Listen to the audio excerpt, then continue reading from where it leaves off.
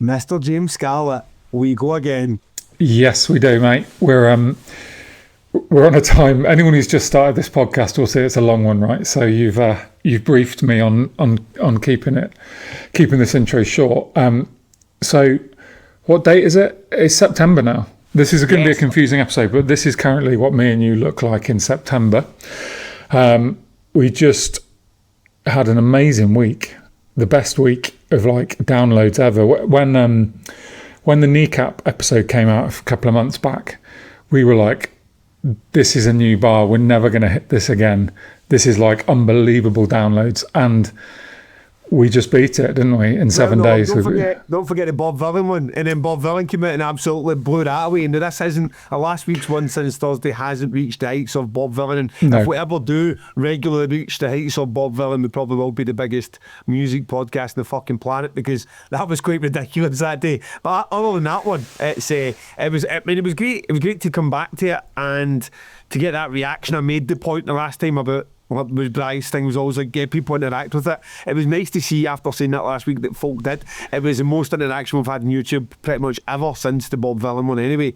Yeah. And just people getting involved with it, because it makes it more fun to do when you've got folk to chat to about it afterwards, rather than you and I just shouting in the distance once a week. It was really nice seeing the sort of feedback and stuff, and like, you know, people, I get to the end of those sort of long podcasts and I don't remember what I said or what we even talked about, and then you go online and there's a thread about people chatting about post-rock at ATG 2026. There's people chatting about children's hearing protection, and it's like it just made me feel quite nice. It's like a really nice community that's sprung up around the pod, much like for Trees and ATG. I feel like we didn't necessarily set out with some grand plan of what to do, and just suddenly there's this group of seemingly really nice people that just want to chat about stuff that we talk about. So that is cool. It feels nice. Yes. And I don't suppose we've done a very good job at answering why we're jumping all over the place. The reason that this is going to be a quick 10-minute snippet at the start of this to say here we are, and the reason we explain it is the episode that you're about to get, customer service with Rob Scarlett, was recorded 3.5 weeks ago, at a time when Bry was still with us, when Arctangent hadn't happened yet, when James had just got the news about Mike Venart was going to do the special Sabbath set. We hummed and hawed. We didn't know what to do with it, because we never put out dated episodes, but at the same time trying to go back and recreate it's a good episode. It has its challenges, namely listening to Rob Scarlett, but if you can manage that bit of it, there's a lot of good stuff in there. And to try and go back and redo it just seemed it'd just be forced. I don't even know if I could go back and pretend I never had that conversation before. So we went backwards and forwards. We thought about editing it. We were around the houses basically, and then we decided, fuck it. Everyone's smart enough to realise that, okay, it was recorded 3.5 weeks ago. It is largely about the complaints relating to 2000 Trees, although in a lot of senses it's to all festivals, and how festival organisers approach complaints in the aftermath of any given event. So it's good stuff. You will either think it's the funniest thing in the world, James and I exacerbated trying to get through some of Rob's answers and it just won't make them shorter, or you're going to want to crash the car listening to it. It'll be one or the other. This is not like in the middle you won't have an opinion on. So feel free to tell Rob he's a comic genius or lay into him after this. But just before, because we'll keep this wee bit, because it's like 2 hours and 10 minutes, so we don't want to add more to it. But how have things been, just so we're bang up to date as of the 3rd of September? Yeah, all good. I'm now back at the office desk and booking bands. So just today Mitch sent me all the data for the camera data from Trees so I can start thinking about the Wednesday lineup for Trees. Last night spent some time looking at the Wednesday lineup for Arctangent for next year, and I am being hounded by lots and lots of booking agents. So yeah, it's just band booking at the moment for me. I wanted to give you one quick update on Theo. Our mate Theo, not his real name. So if anyone, I'm not going to explain the story again. If anyone doesn't know what I'm talking about, they should listen to last week's podcast. But Theo got in touch to to apologise because he'd obviously heard the podcast. And he just sort of got in touch to say he was a bit deer in the headlights at the time, and he was apologising for the story I told. We had a little chat on Instagram, and we both agreed it was a really funny story. And what made me giggle is that all of his mates, basically, they now call him Theo. So that is now the his podcast name. greatest achievement, surely. Theo the Shagger. Yes, I love it. So that's a nice ending. And he was, as he was messaging me, he was on the train to meet the girl that he'd met at ATG. So it's a nice little ATG love story. And a love story with a happy ending. Jesus, this is a classic. I feel like me and you might be at the wedding for that, mate, if it all works out. So with a nice new hat on, a la Cilla Black. So yeah, that was a good little wrapped up story there from Theo. Brilliant. I mean, for myself, I'm like, we're in full. I don't suppose I appreciated full. When Art Tangent finishes, that's the starting gun really for when Damnation gets serious and everyone starts, not only the fans start turning their attention to Damnation and they see ticket sales rocketing again, but then you get managers and agents and everyone else going, right, okay, what's in the winter schedule? Or the sound engineers that have been doing all the summer festivals suddenly start looking to what the tour's going to be in the winter, and then we start getting busy. So we are full steam ahead with Damnation. Sales, as I said before, are absolutely class. I have put out, I think just today, there will be a night of salvation at Manchester's Breadshed. We probably won't announce that lineup because it's only 450 tickets we can sell for it, and I get the feeling that all 450 will sell it the first hour or two. So there's really no point. People are like, oh, well, why would you know this? Let us know. Because the real reason is I would rather it was a bunch of ride or die Damnation fans that are there all in regardless of the lineup than someone who might come because what catch one band. There's going to be people going to miss out on those tickets. I would rather it wasn't the people who've been with us for the journey. So just selling that out isn't my goal. Getting that room full of people that are Damnation loyalists is my goal. So aye, that'll be good. Are you up for that? Are you up in time for the Friday? Yeah. Can you WhatsApp me the lineup, please? I saw your post today and I was like, fuck, I don't know why I haven't asked him who's playing that. So yeah, I would. We're coming en masse this time. And yeah, I'll be there Friday, so that is exciting. There's a ticket allocation just went down by another 10, so like, even less chance of just getting tickets because James and the ATG army are in tow. But yeah, always more than welcome everyone for that side. So it's full steam ahead with Damnation, but I am keen not to let this intro drag on. If there's anything else that needs to be in before we introduce Rob? No, I mean, from my end, all I'd say is I listened to this back twice, trying to work out whether to edit it or not. And I know some of it's out of date, but the Rob stuff isn't out of date. It tells you a nice little story about what he does as a job and then how he deals with the complaints, and specifically the complaints from this year's trees. So I think it'll be really interesting to people. But me doing like an obituary to Ozzy and me talking about Mike Van Aert, like doing an announcement about Mike Van Aert doing a Black Sabbath tribute Arctangent is out of date, but I think people will like the episode, so we just agreed. We eventually kind of agreed to just leave it as it is. Yeah, I mean, people did want to see it as well. And listen, if you're one of the folk that watching YouTube, you're in for a treat. With some of the facial expressions of me and James when Rob just will not answer a question straight, or if we tell him, Rob, make this one nice and short, and he'll just shout, Rob, shut the fuck up and he get on with the podcast. Well, we had a toilet break, didn't we? And off air said to him, mate, we can't keep going. There's all this stuff, you got to go quicker. And he was basically like, it's not my problem. Aye. So as we now say, it's Shifty's problem, so he now needs to meld these together and let us and Rob know how you feel about this pod. These will not, now you've had 2 pods in a row that are going to be 2 hours plus. Next week's, I guarantee you, with just me and James in control of the situation, we'll be back down to the 90 minutes. So if you struggle a wee bit with the pods that are over 2 hours, this is not going to be the norm. Now introducing Mr. Rob Scarlett. Mr. Rob Scarlett, welcome to 3 Promoters, 1 Pod. How are you, sir? Hello, Gavin McAnally. I'm well, thank you. I am Gavin McAnally. My co-host, James Scarlett, or known to you as, I don't know, Prick, or Brother. I think he's known as Most Punchable Face 1992. Right. This is what the people want. This is what the people... Let's get started, well. I thought you might be... It's kind of hard to know whether he's smiling or not because the beard is so thick. And when he wears his dark glasses, it's looking impossible. I'm not smiling. You've got the hat off today, James. So, Rob, yes, you are James's brother. You are better known in your own life as one of the owners of Trees. You're also part of Art Tangent.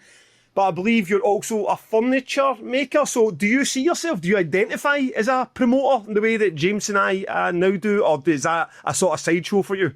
Tell us a bit about yourself, basically. Introduce yourself. I guess I was...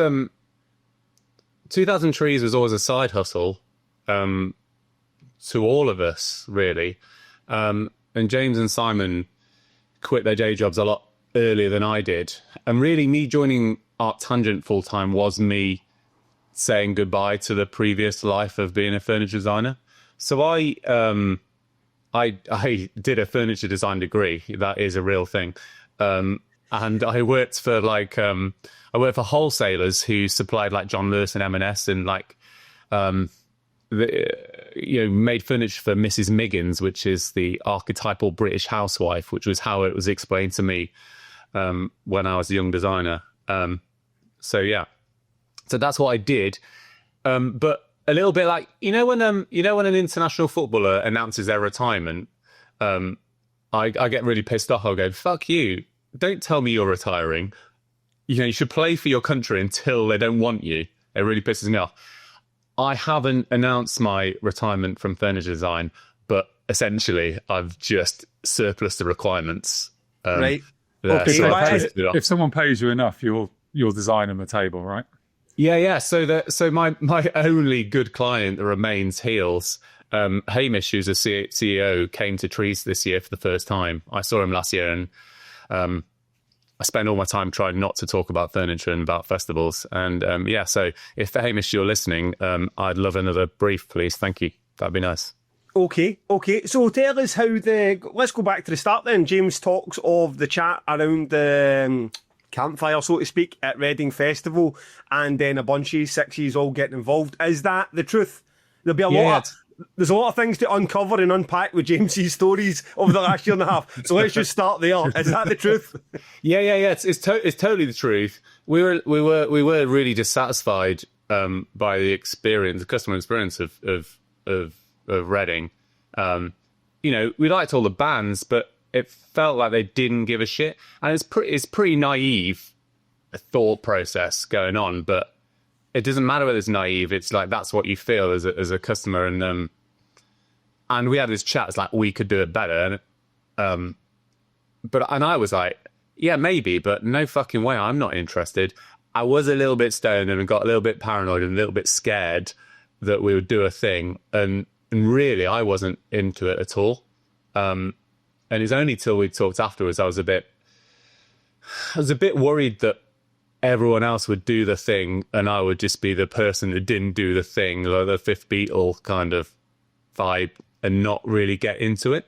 I mean, fucking hell, I've no idea what they would have done if I hadn't have been there, because who would have done any of the designing at all, frankly? I think the answer is Arc Tangent Festival 2013 to 2019, isn't it? Yeah, but you were just leaning on, you were just riding the coattails of Trees at the time. Sure.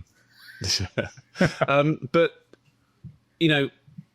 as a well, I was 26 then. I had a design job in North London. I was having a lovely time, no responsibilities, not a lot of money, but it was just something to do, something to achieve, and something to to aspire to. And you spend a lot of your times with your boss telling you what to do, and you need to do this design, or I said I was designing for Mrs. Miggins. Mid-market furniture, cabinet furniture, is not super exciting, right? There are details that are fun, but you're not. I mean, the brief is do something different, but not that different, because you don't want to scare Mrs. Miggins. So actually having a entirely blank canvas is fucking thrilling to be able to just go and do whatever the hell you like. So yeah.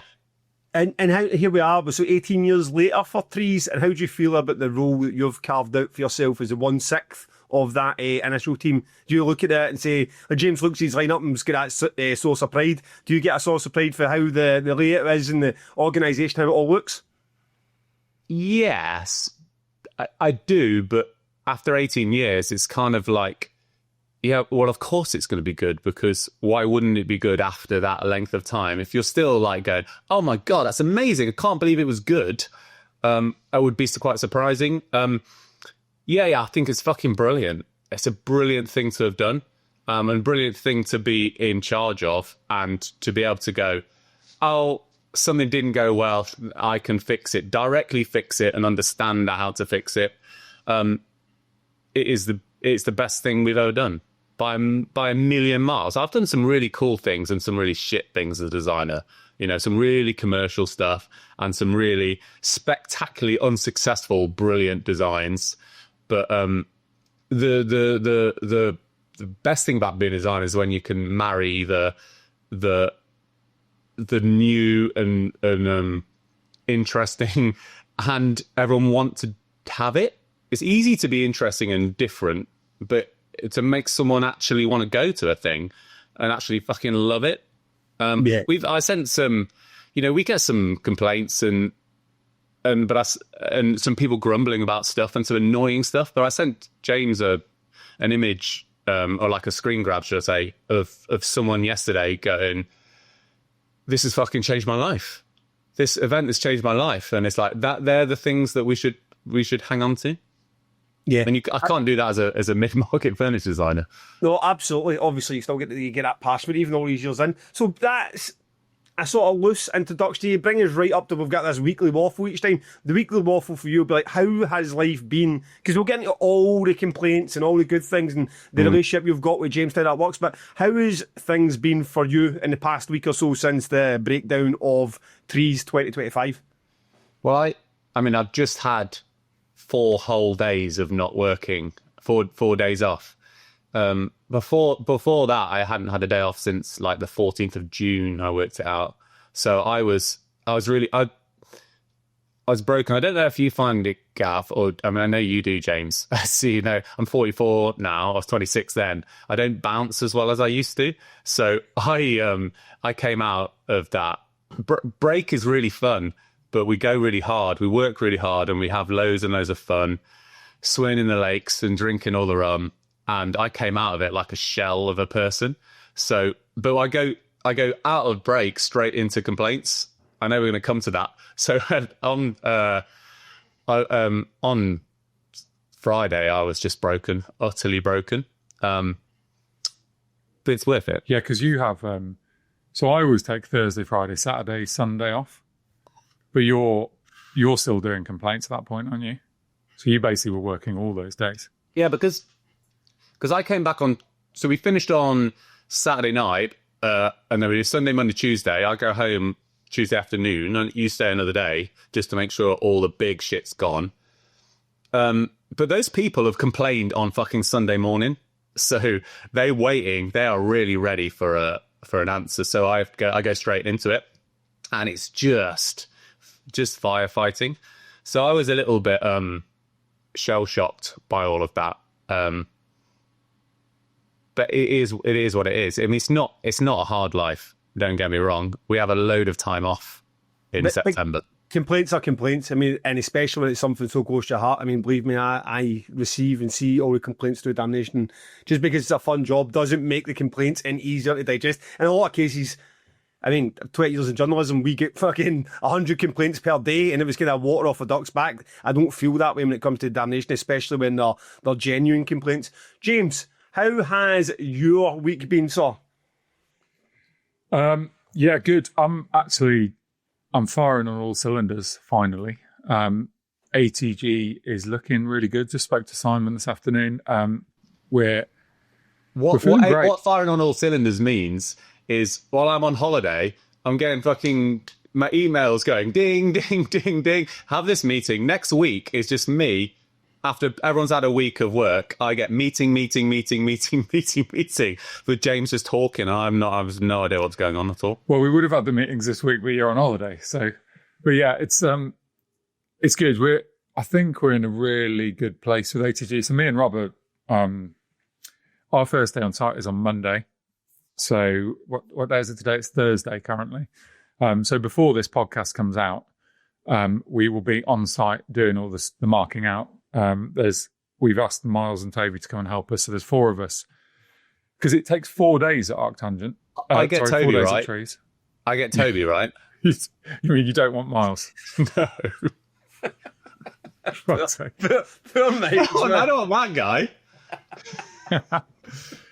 But so we do that marking out in 4 days at Trees, and we're going to do it in a day at Arctangent. I mean, it is an easier site to mark, but it's not easy to do in a day. But we will just smash it out, and then the stage marquees start going in on the Tuesday. So that is exciting. I think. I mean, I could do with another office week, but it's fun to get on site. And then from Monday, the 5th of August, we're fully there. We live there, and I love. Arctangent is very different to Trees in the setup vibe and the breakdown vibe. Not better, not worse. They're really different. It isn't like doing the same thing twice. It's a very different vibe, different people, different weather, and so I'm pretty excited for it. It's easier. Easier. Why do you think it's easier? Because we put less things in the air, because it's so fucking wet and windy that. Less things up, less things down, quicker. That's as simple as that. It's not all the production and the stages are the same, but if you're put things up in the air, take things down, decor guy like I am, it's like there's just less to do. But there's also, there's no kids activities. There's 2 less? There's 4 stages instead of 6 at Trees. There is way less to do. Less fencing, less. We don't do the martial, all the martial stuff we do at Trees is not there at ATG. So that takes a lot of detail that Dan does a brilliant job of at Trees. Do you not think that, I was talking to Lizzie about this today, the weird thing is you do the job once a year, so you spend 11 months doing something else. And then you go to site at Trees and you're trying to remember all the things that you do. What do we do on fencing? What do we do on staking out? Yada, yada, yada. And then you get to ATG and you're like, I did it 3 weeks ago. I can do this now. You're so like festival fit mentally. Yeah, it feels and physically. Yeah. So there's this thing, Cav, that you go. Normally, you spend your time like everyone you carrying things together, and there's a point where you go, no, I'm festival fit. I can't be asked to wait for help. I'm just fucking carrying all the shit myself. So it's like two fencing barriers on your shoulders, so stuff we can get on with it. And we hit ATG in like that kind of vibe, and we're fucking there. I know what caravan life is. I know what having fun and putting shit in is. So that's one of the reasons ATG is quicker. Yeah, you're tuned into it. Everyone transforms into Ollie and knows what they're doing, basically. Absolutely. I'm not sure that guy knows what he's doing, does he? He likes to be known as the power tool guy now. That's his thing. He really loves that. He texts me earlier on to say, can you see the site plan? Because he wants to get his head in the game. Good. Lovely. And he's there. That's great. The other thing this week for me is last night I went to see, when I was 13, one of my, I don't know exactly, but let's say my first 5 to 10 albums I ever bought was Ugly Kid Joe's America's Least Wanted. And in a random series of events, I've ended up being their Bristol promoter. So I took Kit, who is 6, to see Ugly Kid Joe last night, and it was fucking brilliant. It was so fun. I was so happy because you're always running a lottery with kids at gigs, and Trees was just too hot. I think he was like, a lot of the bands we were watching, I'm like, is he actually there? I don't know. He's just bathing in the heat, staring at the floor. You could see him a lot. I stand over watching on the main stage. You could just see him behind just like kind of dancing in the background. Fucking, it was fun. Yeah. It's great when he gets it. But last night, Ugly Kid Joe, the first 5 songs, something got him, and he was up and dancing and clapping, and it made me feel really fucking good. It's like the most the most fucking fun thing ever. And there's a song, a cover song of theirs called Cats in the Cradle, which is he really loves. So we managed to eke it out. It was like their 11th song. I knew it was coming. So he was nearly falling asleep at one point, but we stayed to the end, and my heart was warmed by it. To be honest, Ovika Joe is not a band that I ever listen to anymore, but it was cool, really cool. And I missed, by way of segue, I knew they would play a Black Sabbath cover, and we missed it. So I think we should just talk about Ozzy quickly. So there's been a ton of like really eloquent Black Sabbath and Ozzy tributes in the last week, which I'm not about to give you because I don't think I can do it justice. Nick Ruskell wrote a brilliant one on Kerrang.com, which people should go and read. But all I wanted to say is, I had this feeling that every single thing that I like musically, 2000 Trees, Arctangent, all the bands I like, is basically they're like the Adam and Eve of that. Do you know what I mean? It's basically like year zero is Black Sabbath, and in that regard, it feels like quite a big thing that Ozzy's gone. And I don't quite know how to process that. Like when I was 15, loads of my favorite bands were talking about Black Sabbath, and I didn't know who they were. I'd never been introduced to them, like Pantera, Sepultura, Soundgarden, all those sort of 90s bands were like banging on about Sabbath. And I bought one of their albums as like a compilation album. Didn't really get it.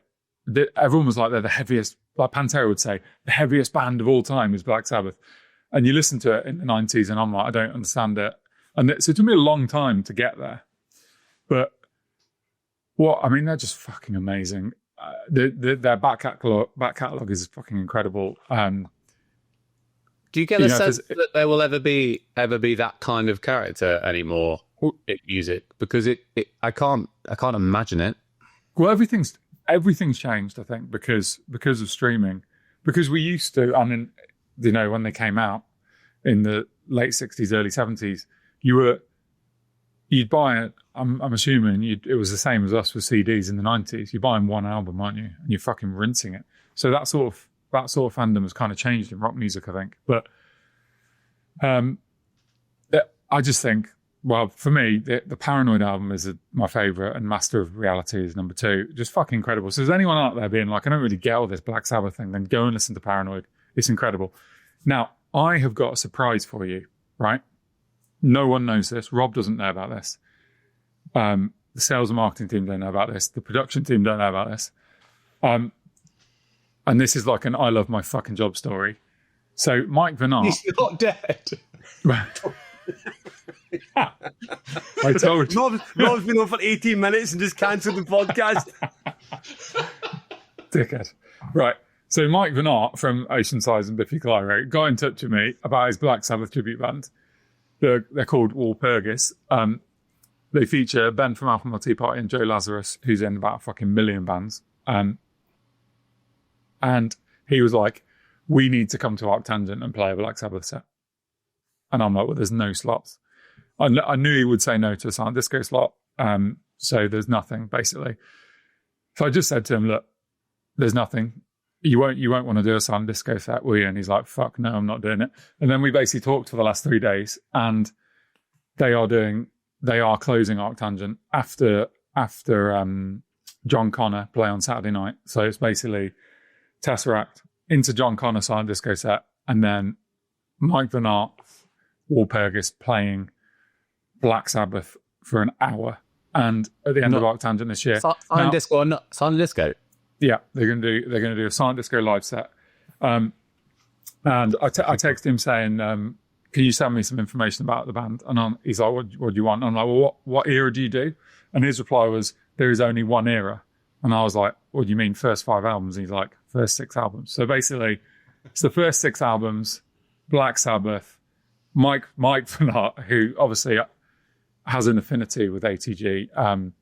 He tells me he's now going to get an Airbnb and come for the whole festival. And he's promised to be in the party club on Saturday night after their set. So this is like a proper, I love my fucking job moment. I'm well happy about that. Because I saw a clip of him at the Sabbath gig, I think, of him standing in the crowd with his hands up on Instagram the other day. Didn't realise he was such a big fan. It was clearly. Oh, maybe, yeah. I suppose everybody's a fucking big Ozzy fan, but it's clearly James. That's class. Sorry, we're closing Art Tangent with Mike Van Art's tribute band to Sabbath. That is fucking absolutely class. I swear to God, that is going to be great. I feel odd sometimes with these metal and rock icons die like Lemmy and Dio. And actually, if you weren't a Motorhead fan or you weren't a Dio fan or whatever, it just feels a bit performative when you sort of join the club or use Damnation to sort of get the clicks and love hearts. So I generally don't, but Black Sabbath and Ozzy Osbourne was definitely one of those ones.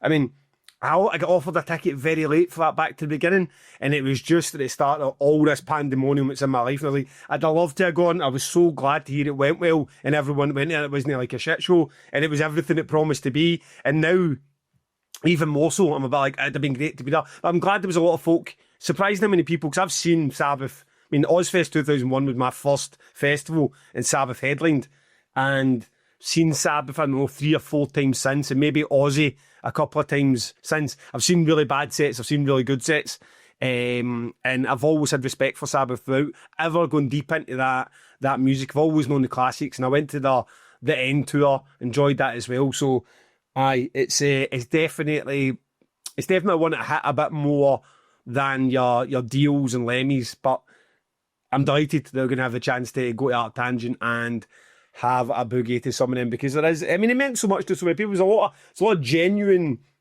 all different age groups. This is what Ozzy meant. I've never seen so many tributes from bands.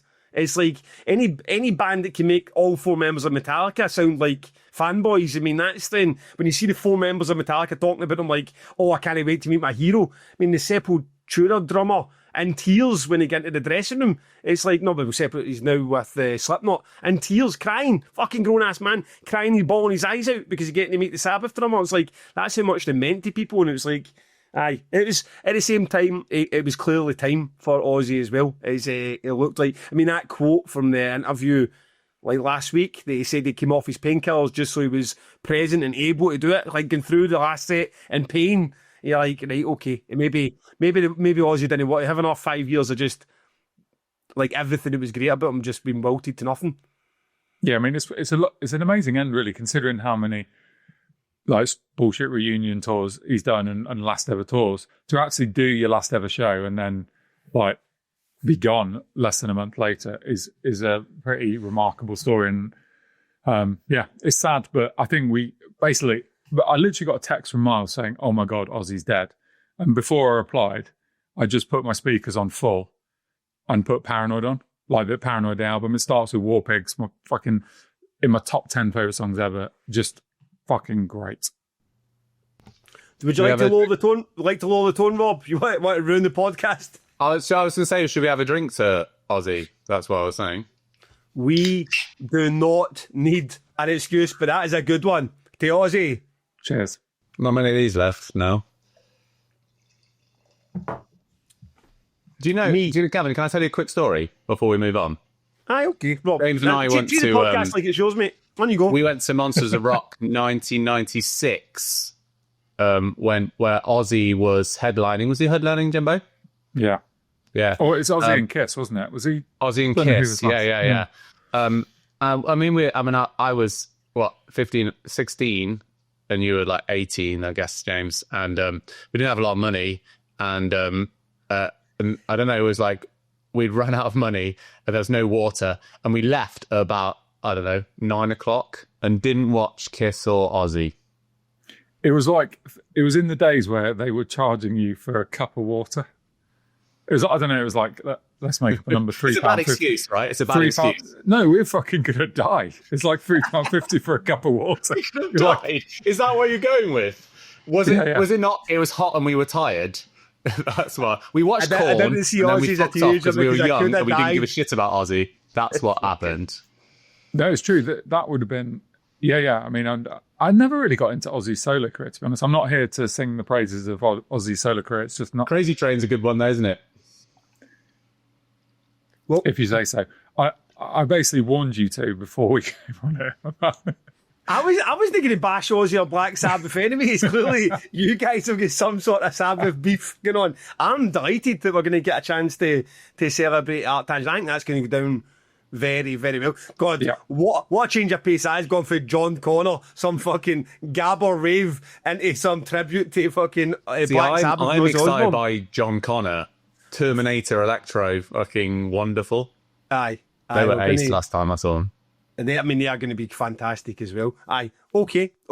I don't have a great deal to say. We only just spoke, so what have we done? The tour tickets, Brighton, Cardiff, Manchester, still going well. I think down to like 70 odd tickets last time I checked. I hope with the podcast coming out today that more have gone. The tour documentary will have been out by now. It's not released as we speak. It'll be coming out. I think you said you're going to do it tomorrow, James. I mean, I'm slightly worried about this. But you're gone, right? You're on your stag do. Yes. Okay, well, aye. So, you know it'll be out tomorrow. So anyone who's listening to this will have hopefully already seen it. Right, okay. We'll who's done your documentary? Sean. No way, Shifty done a documentary for you guys. Has he? He did. To be fair, he did one for me 2 years ago. I've not seen it yet. Listen? You're dealing with the big leagues now, Rob. This is jump the queue stuff, all right? It's all about how you manage people, isn't it? Aye. I went to see Sean today. Actually, he didn't tell me about it. Kept quiet.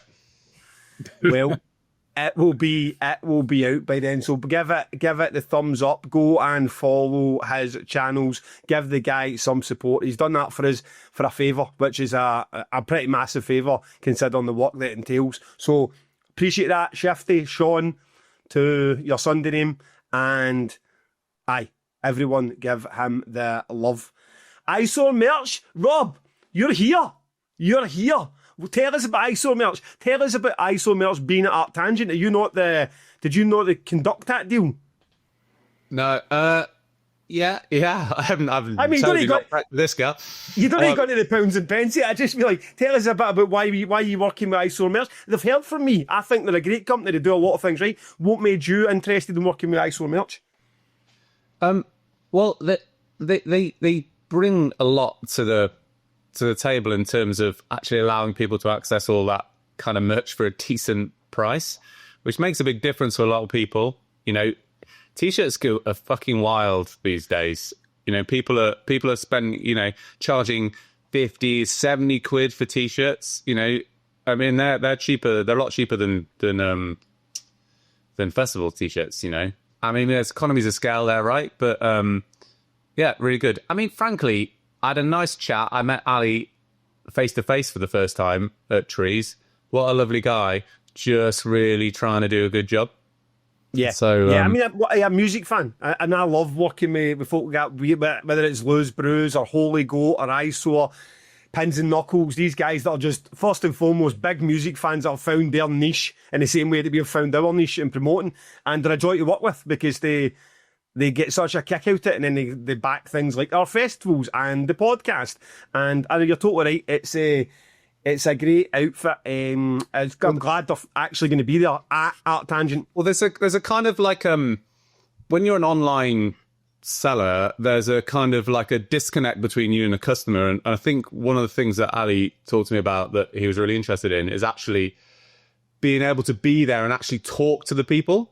Whereas you online, you don't really get a face-to-face. The face-to-face interaction is a big difference to talking to someone online because you're very faceless and it's very sterile.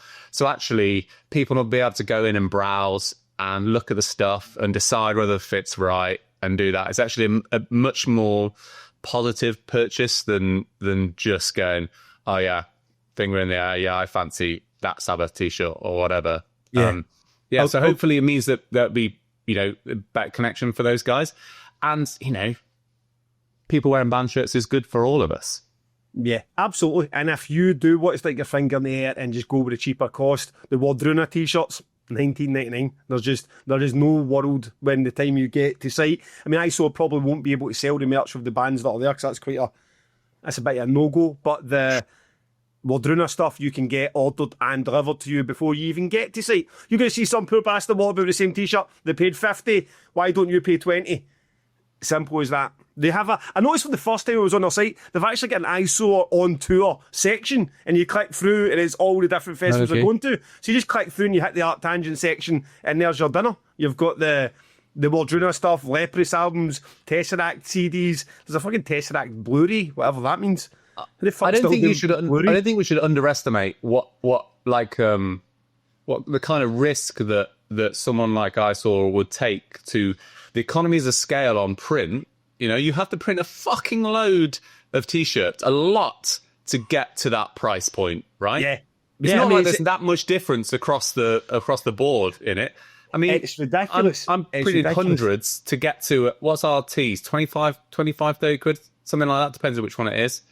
You know, that's hard to get to 18.99. It's hard. Yeah, I don't think it's possible by the time you go out, and if you sell through it. I promised I was going to do the actual proper economies of the long sleeves we're going to be selling Art Tangent, which by the time we were done, it's almost 20 quid per product printed. It's not delivered yet. There's a 20% charge there. You don't sell 10, you give away 2. Next thing you know, you've walked away and you've said, James, we've got 42 pence each to spare on a T-shirt you're selling at a high price, 35, 40 quid. You're like, in your head, like 20 quid to make, 20 quid you've got back. Oh, this is e-printing money. But the reality of that, it's not like that at all. You're not even factoring in your time there, Gav, are you, either? Your valuable time and what it takes to fucking do all the admin to make all the things happen. Who factors in their time in this game, Rob? Or else we'd all be, it would just be under minimum wage.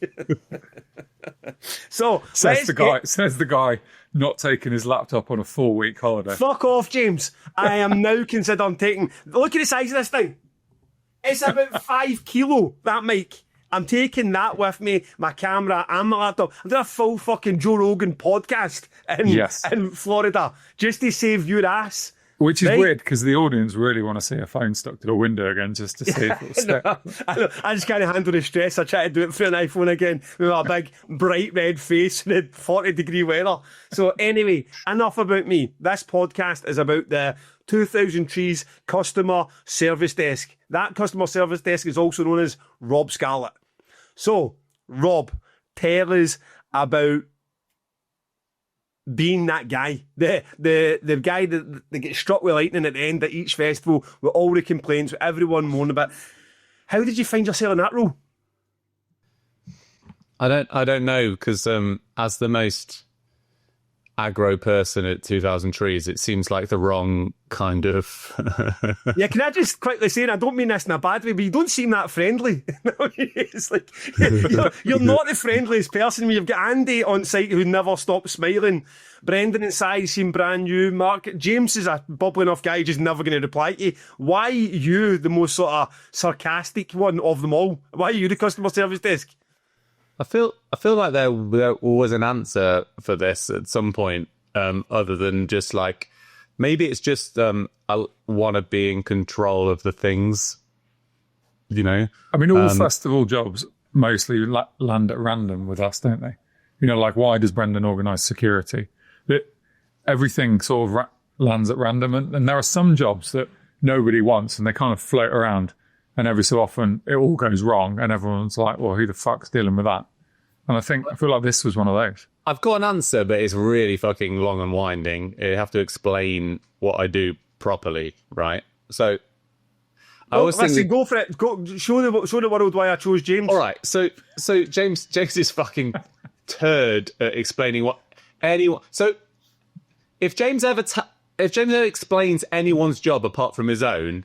It's basically like fairyland kind of stuff. It's like, we'll almost certainly edit this bit out, but carry on. Oh, yeah. Okay, so James has said this before. There are 3 full-time directors and 3 part-time directors, right? So me, James, and Si are the full-time directors. The other guys do really important jobs, but they're not interwoven through all the things like me, James, and Si are. In the decision-making processes. So let's say we don't have titles, right, Gav? Because it's quite flat, right? Hierarchical. James is a music and the finance director. Simon is a sales director, and I'm the creative director. Broadly speaking, which I like to call myself in meetings director of vibes. right? Okay. Yeah, maybe you should stop doing that. No, I like it. It's better than creator. Creative director sounds more too like corporate. So essentially, what it means is that outside of music, I'm in charge of all customer experience at the festival. So you can see already the direct line between what I'm doing and why I would be in charge of like the endpoint customer complaints. Because if you need to fucking understand what people want, you know, you have to tell people want, but also listen to what they want as well. So ultimately, what that means is deciding where all the shit goes on the site. So tents, toilets, seating, all of those things. That would be my kind of like core role. If you're talking September, October, when we're in like real, like do the next thing, trying to work out what was wrong, what's going on, I'll sit in front of a site plan and go, okay, right. So X wasn't happy about Y. How do we, is that a design problem? Or is that people just whinging for no reason, or it's circumstantial problem, or have we got a fundamental design problem that is, as in that plate thing is in the wrong place because they want it over there?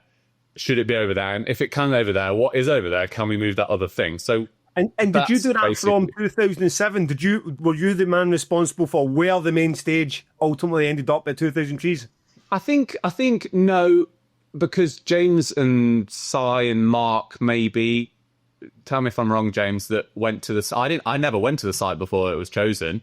And they drove in on that road and looked down the hill and went, main stage. John Platt always tells that story, doesn't he, James, about, well, you tell it. Well, yeah, I mean, and I think it was a bit like that because it's the obvious place. If you gave 100 people a choice of where you put the main stage of Trees, that is the obvious place. It's at the bottom of the hill. But also, we used to be very hands-on on everything, which is not an efficient way of doing it. So as in everyone, certainly I have my fingers in everything at one point. Whereas nowadays it's much more like mature business. So everyone's stepped back a bit. So like I will have an opinion on the site plan that Rob draws up, but I won't have an opinion on how he deals with the complaint emails, or I will every so often give Cy help on sort of sales and marketing, but mostly he just gets on with it. So we kind of all just do our thing. No one ever talks to me about bands. I just get on with the bands. And so I think over the years we've got further apart because you know the people you can trust to do stuff. And yeah. But this is a fundamental, like, I think thing that I've got from being a designer and how I would work with the designers that we work with and go, I don't like this. This is why I don't like it. Now, please fix the thing. You don't have to fix it yourself. You have to identify the problem. And so that James would say that to me. That didn't work very well. And I'll go, okay, why do you think that is? And then we'll work out is that a design problem or is that a circumstantial problem? Is it we haven't spent enough money over there? You know, and then I'll be the one to propose the fixes rather than... It's surprisingly nuanced, right? So just before we came on here, I had an hour looking at the A to G site plan. So I'm aware that Rob's coming back from holiday. We are marking out the A to G site on Monday. It's now Thursday. This last chance for any comments. And I'm looking at it and I'm thinking to myself, how are they going to deliver? Rob probably doesn't want to hear this now. How are we going to how are the food traders... I'm working this weekend, aren't I, Jimbo? Yes, you are. Yeah. How are the main stage food traders at Arctangent going to get their deliveries? How are they getting them? And I can see this thing on the site plan that says... I have an answer. Delivery area. And it looks a bit shit to me. It looks like they're going to be driving in a mad place. So there's all those that you spend all year having those sort of conversations where it's really complicated designing an outdoor festival site because you're trying to make ultimately you want the punters and the bands to have the best experience, but there are a million other people that want a good experience that aren't those people. If you want to dig into that for a second, it's easy if you got like unlimited money. The easy thing is you can put security guards everywhere dealing with random vehicles and telling them where to go and stuff. But we're not trying to put people everywhere You're trying to make them able to go. It's like if they go down that road, the only place they could fucking go is the delivery area. But the site does not work like that. It's like they could go up they could turn right and end up in the campsite, or they could turn left and end up with the wristbands. It's annoying because it's a people problem. Like 2 years ago, I was chatting to the mac and cheese guy, and he's like, don't tell anyone, but I've worked out that I can park over there and open the emergency exit, and I can deliver to my stall at night without anyone knowing. I was just like, for fuck's sake. That's not. I like that. Susie arrives at like 4:30 in the morning, gets a bread delivery. She breaks all the rules, but no one gives a shit at 4:30 in the morning, do they? You want it just like you want to have your bread there ready for your baps. I'm down with that.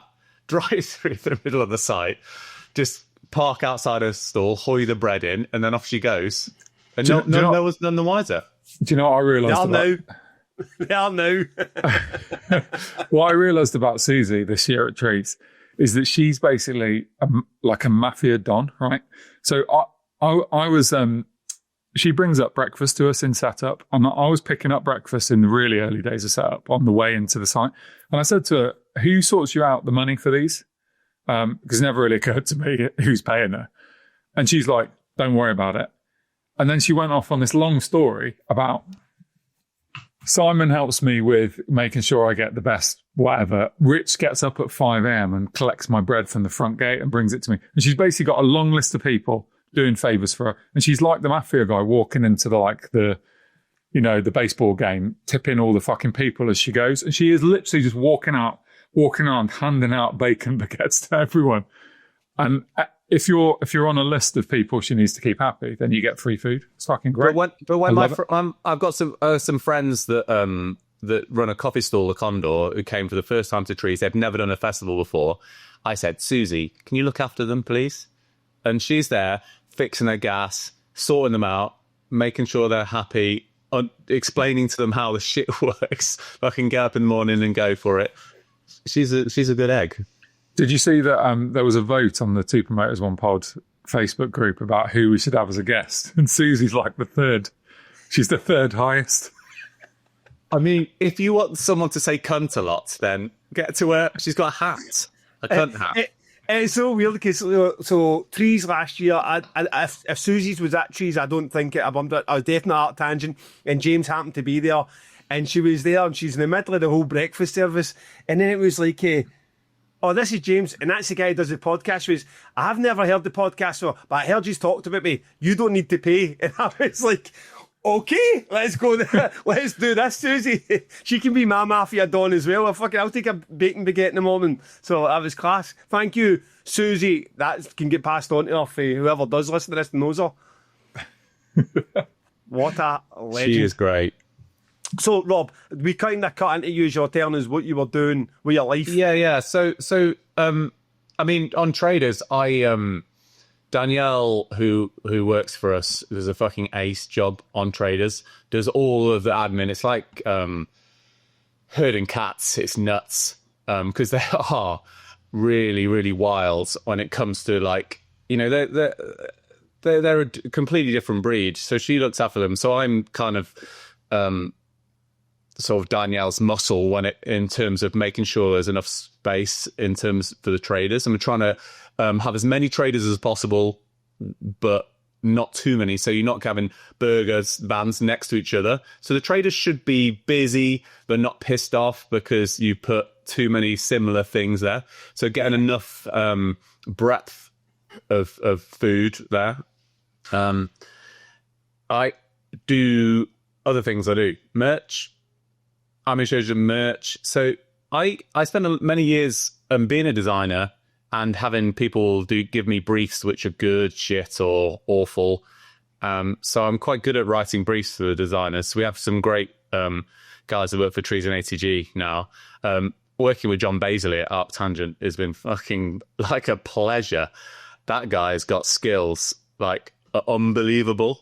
You know, he plays this awesome band, but then he's making, beautiful watercolors. He's currently working on the Arc Tangent 2026 campaign artwork. So the amazing watercolor he did for this year is what day is it? 24th, maybe 4 or 5 days before he's supposed to deliver the 2026 one. So I don't know how people realize how much we work on 26 year whilst we're in 25. It's a really wild time. So we're on trees and Art Tangent, and we're trying to do 2026 stuff as well. So the campaign, all the graphics and stuff for the next cycle.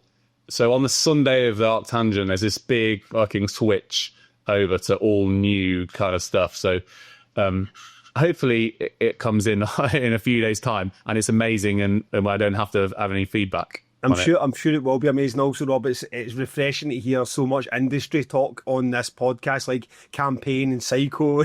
And James and I are like, shit, we fell into the PR trap. Rob has got us. Campaign? You mean the year? You mean the year you're going to sell tickets? Yeah. Oh, okay. Do you mean to pull back for you? I'm going to pull back. No, I understand. For you, Gavin. It's okay, Gav.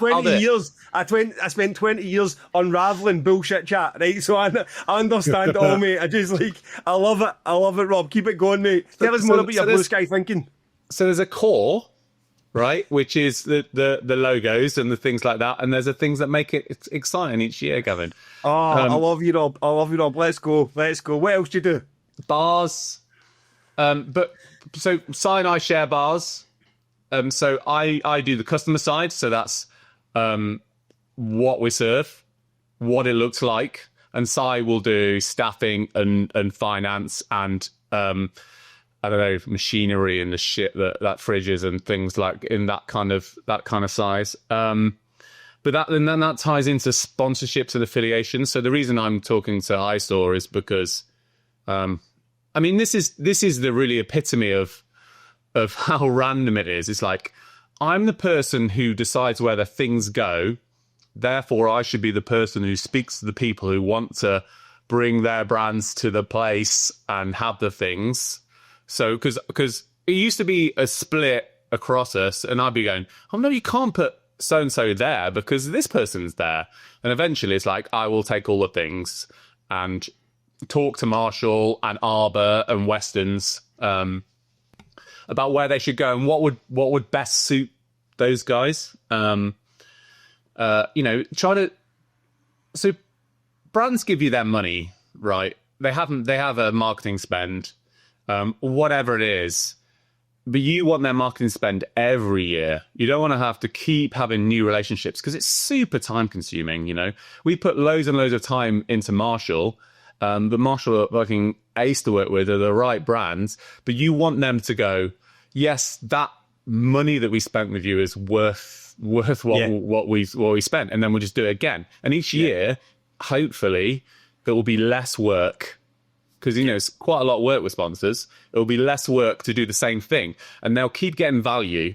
So I spend a lot of time saying to Sav, you said you want this, but do you really want that? Because our customers don't give a shit about that. What you want us to do is this, because that will really, they wanted something to do. So that design part from the bars. So that's why we end up with Arbor, because Arbor are just, I think, the best brewery around by us, basically by a long way. Yep. Best tasting beer by a mile. James and I. Well, James, how much did you enjoy going to the breweries in Bristol to taste all beers? Well, if you remember, it was when I was off alcohol, so it wasn't as enjoyable as you. I didn't have as good a time as you did. I did not remember that. No, I did drink, but not in any kind of fun way. But yeah, it's small. Yeah, it's great. I love it. I mean, I just loved going to see the Trees beer get canned the other day as well. It's it's a real love for Arbor for us. It's like genuinely, that is the beer I drink in Bristol. So fucking great. Well, if I can do just a little segue into the Arbor conversation, because Meg from Arbor said to me, I just don't think I can do both festivals. And I was like, I don't think I can deal with the same conversation twice, because it's so complicated to get it right, to get the offering right and the volumes right and the sponsorship offering right, because there's like a buy-in by these brands to it's it's a lot of volume for them. And so Meg said I'd love to, but I can't. And then we were talking about a collaboration between some of the breweries. So we talked to More Beer, and who else did we talk to? We went to not Wiper and True. What's Lost and Grounded? We went to talk to. Barber had the best range and the best offering.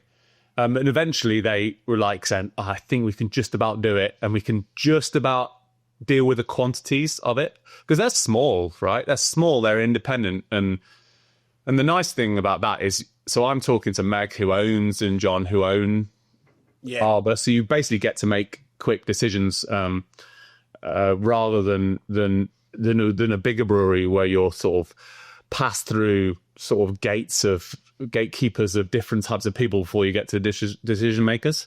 So they're amazing. I mean, we've been with Westerns. I know you like the Westerns connection, Gavin, don't you? Very much so. Did you meet James? Do you know what? It was the worst, because he spotted me from behind and said, "Oh, Gav," and it was like, "I'm James Weston's." Like, "Oh, fucking legend. Let's get a pint down there." Wherever we were walking in that direction, I don't know, searching for the bottom of a tree, I think. And I said, "Right, okay, we'll do that." And it just never happened. It never happened. I went to Weston's bar a few times. I never saw him kicking about. So I needs to get. So he will be at Art Tangent. James is going to make sure that sit down happens at Art Tangent with a big pint of rhubarb rosy pig.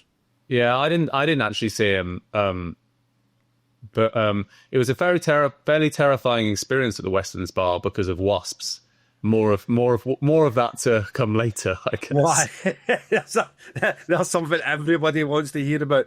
Okay, well, we get it, James. Do you want to grill him with anything before we get into the complaints? No, well, I think just before we go into anything complainty, like, I'd just be interested to know, like, what was your sort of high level overall feeling on how Trees went this year, and then if you want to talk about a couple of bands or anything, I'm sure you've heard the episode that me and Gav did last week, and we talked about some bands. Is there anything that we didn't talk about that you think was great? I did not. Trees? I didn't. That's the only episode I have not heard. I've listened to every episode. Good preparation, Rob. All of Great preparation. The one you were supposed to fucking be. holiday, man. Well, just so you know, at about 45 minutes we go, and now we'll go and pass over to Rob Scarlet. And then there's a brief pause, and Gav goes, and we returned without Rob Scarlet. Can I just say, everyone might think that it's all like jokes and stuff like that, but when you go into the pre-production like thing of this podcast, Gav and James are fucking stony serious. There's not a single smile on your faces. It's like, because we've had all the technical. Like, tell me what light. Have you got lights? Have you got mic lights? Have you got a mic? It's because I'm on holiday in rural Wales. Yeah. Rob, well, we play off the whole just two casual guys chatting. We don't take it seriously. Do not reveal the secrets. What happens before the mic is on is between us.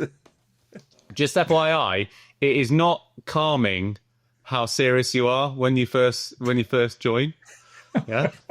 If you wanted to like chill me out, that's not the way. I'll keep that in mind for future guests. I'm not James's brother. I thought you'd just be comfortable in the space that like your own brother. I didn't realise we had to digitally pat you in the head first. So, in answer to the question, by the way, my internet was actually fine, and I was in rural Wales, and I think it was the city internet was a problem. Well, it's funny because we managed to record a podcast with no issues. So you're totally right, Rob. Thursday's episode didn't happen. So talk to me, Rob, about... I like your face, by the way, James. That is James's slightly annoyed face. If anyone wants to screen grab it, I'm trying to get this question 3 times, Rob. I am going to drive to the house and kick you. Answer the question. Okay, sorry. Go for it, Jimbo. Would you want me to ask it again? Yeah. I just interested... I guess we kind of talked about Trees already, but how you feel this year ranks among the sort of the 16 Trees we've done so far, and any band highlights you'd like to talk about? I know. Correct me if I'm wrong, but I think it's quite easy to build the thing when we're there. You know, we're in control. There is much less fuck what's happened. Everyone running around, shouting and being stressed and angry. So the longer we do it, the more calm it is, and the more that unless there's bad weather, it's totally calm, right? Yeah, and to be honest, the things that I do aren't actually impacted by bad weather. So when bad weather happens, there are certain people who get completely fucked, and one of them is not me. So Simon gets really fucked, and Marks gets really fucked, and the people who are doing some of the plant machinery stuff and the power and the stuff, the big things that have to be in the right place, they get really nailed. And when you have other responsibilities, you have to concentrate on what you're doing, knowing that the people are going to be good in that. So in good weather, they have a nice time. In bad weather, they have a horrible time. Whereas my job is quite consistent. Is that things need to go up and the things need to go in, but they're not the big plant machinery. They're not hurt by bad weather so much. Yeah, and I've now forgotten what the question was, to be honest. Any band highlights? Just admit it, Rob. You don't give a shit. You don't give a shit about the music. You're there for the vibes and the money. You do not care about James's luck. What were your top 3 bands you saw?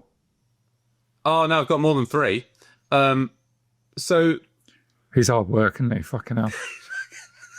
Fuck Christmas dinner with this guy, man. I bring the fun. I bring the fun at Christmas. I think that.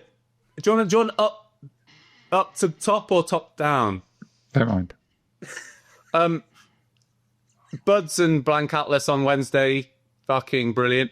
So I spend a lot of time on the. So I basically have an amazing Wednesday and amazing Thursday, and then my kids arrive, and Friday goes fucking like nosedives, and then I write myself on Saturday, and Saturday's okay. So Friday, I don't remember what happened, but Blank Atlas and Buds on Wednesday, absolutely brilliant, way better than I thought they would be. Buds particularly, there was moments in there when the lead singer was talking about his dead granddad, and everyone was fucking cheering him, and he was choking up. It was like really emotional. I think the word stage is a weird stage for bands, to be honest, because it's most of the time it's got kids walking around it, and then you had a nice time crowd surfing, Gab, didn't you? I did. Meryl Streep is also on your highlights. That was fantastic. Yeah, the wedding is great anyway, but the Meryl Streep was fantastic. They were amazing. Love Rarely. They're Love Rarely playing at ATG as well, Jambo. Yeah. Yeah, really. I think they're really fun. I spent a lot of time going to James. This is the band that should play Wednesday. Hyphen. So I don't wear band t-shirts, but Of course you don't. At all. I own 2. I own a Dune t-shirt just because I feel like if I go to ATG, I should wear a band t-shirt because I don't fit in otherwise. Yeah. Hyphen were unbelievable. When we were like, we had such fun with Kneecap this year that I thought it was quite fun to spend time listening to all the other political bands that no one's paying attention to. And Hyphen were fucking. I thought they were good on record, but absolutely fucking 10 out of 10 live. They are. If James doesn't book them as a Wednesday band, he's an idiot. Frankly, Okay. There you go, James. I don't know how big they are, James. Book them as a Wednesday. Future Left, obviously, that was really fun. Future Left, haven't seen Future Left for a long time.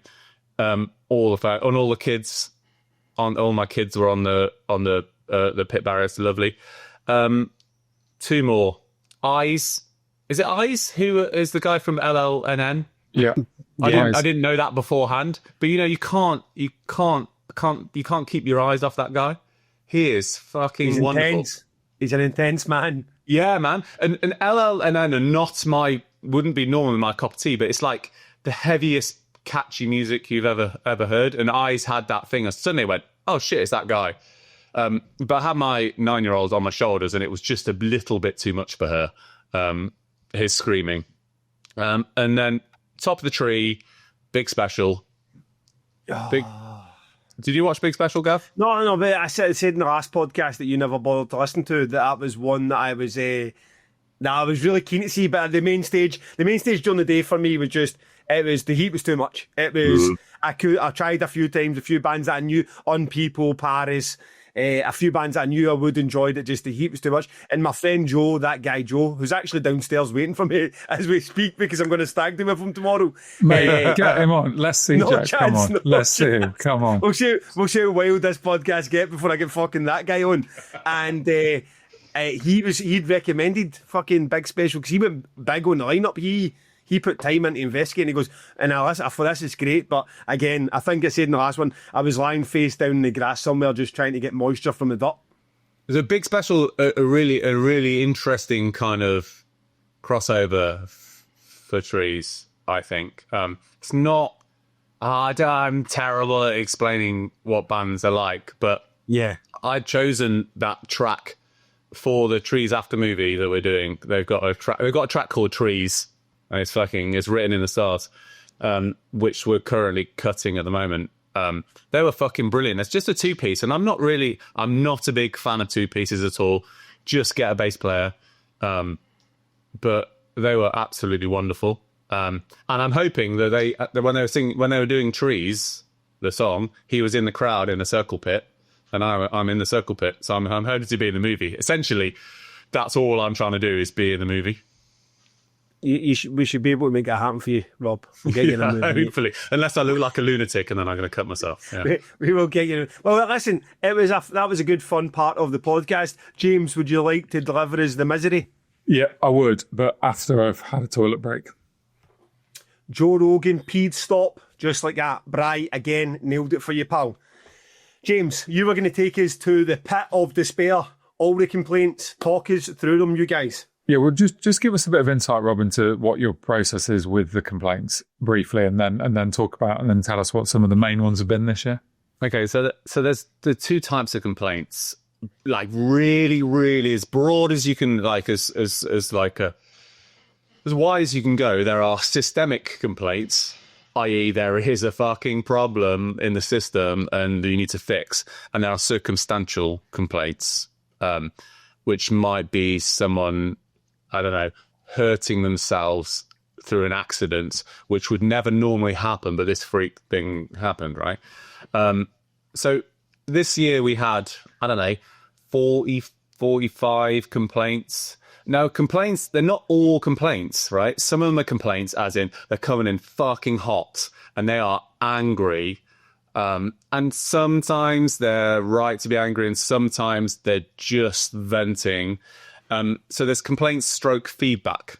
So and Rob, when you say 45, you mean written to a complaints email address? Because someone's going to suddenly say back, no, I read 300 on the forum. Yeah. Okay, so maybe we should address the Facebook complaints thing, because that is there's a lot of emoting on that. And Luca, who does a fucking awesome job of our Facebook group, put something on the other day. It is an amazing job. He said that, which wasn't quite correct, that the organisers don't like read these, and that isn't true. Is that we do read them. We don't spend all our time because it can be quite a difficult time to read all the Facebook when people's passions are high. They're feeling stronger maybe than they might do sometimes. Yeah. So sometimes you can. And let's face it, sometimes when you're performing with your complaint, when your complaint's going out to an audience, you can that extra Karen token goes in a wee bit. Whereas when you're just addressing one other person in a polite manner, even if it's forceful, it can be a wee bit more to the point and meaningful.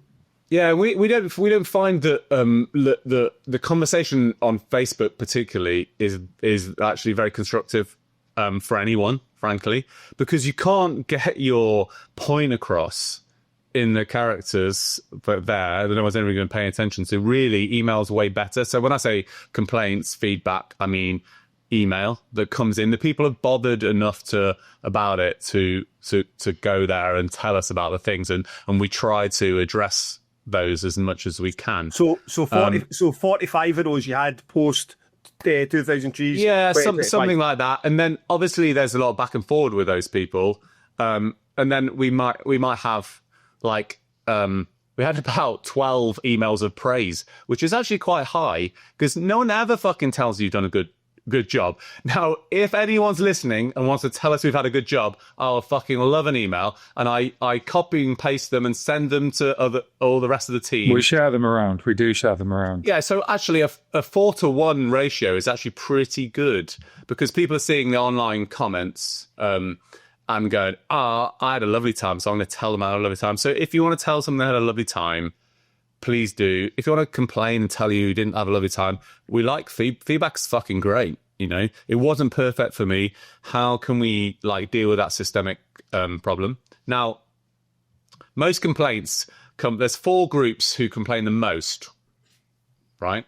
So we had, I would say, 1 complaint out of those 40 from like Gen Pop,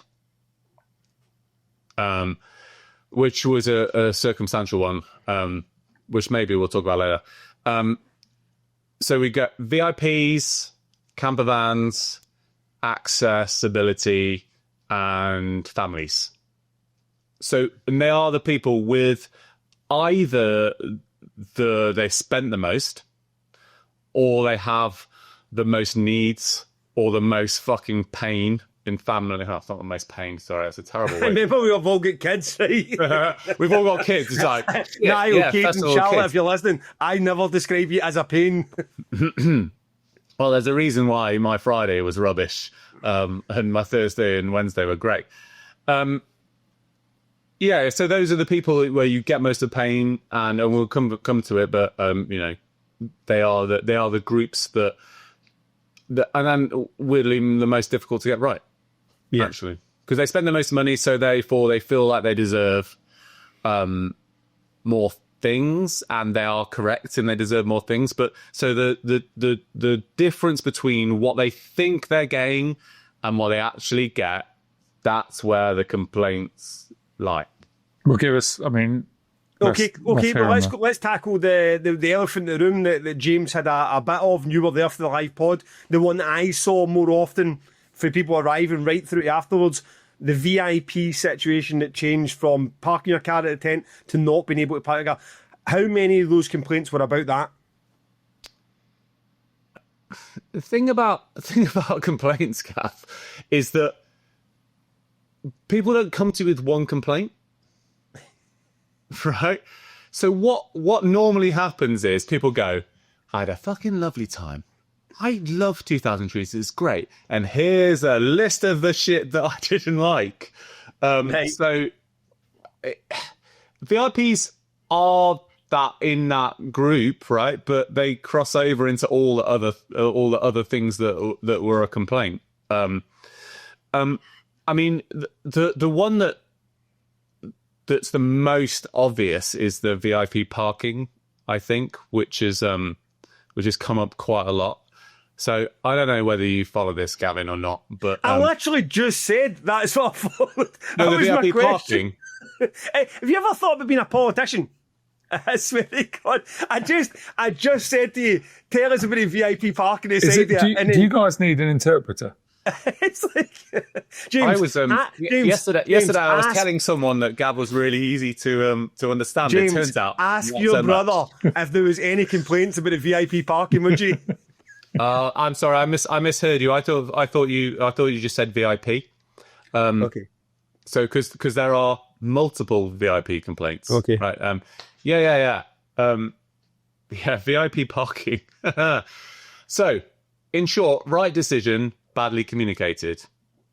That is what it was. So ultimately, last year we had complaints, which was it's too fucking busy, right? Can't find I'm arriving on Thursday morning and I can't find a place for my tent.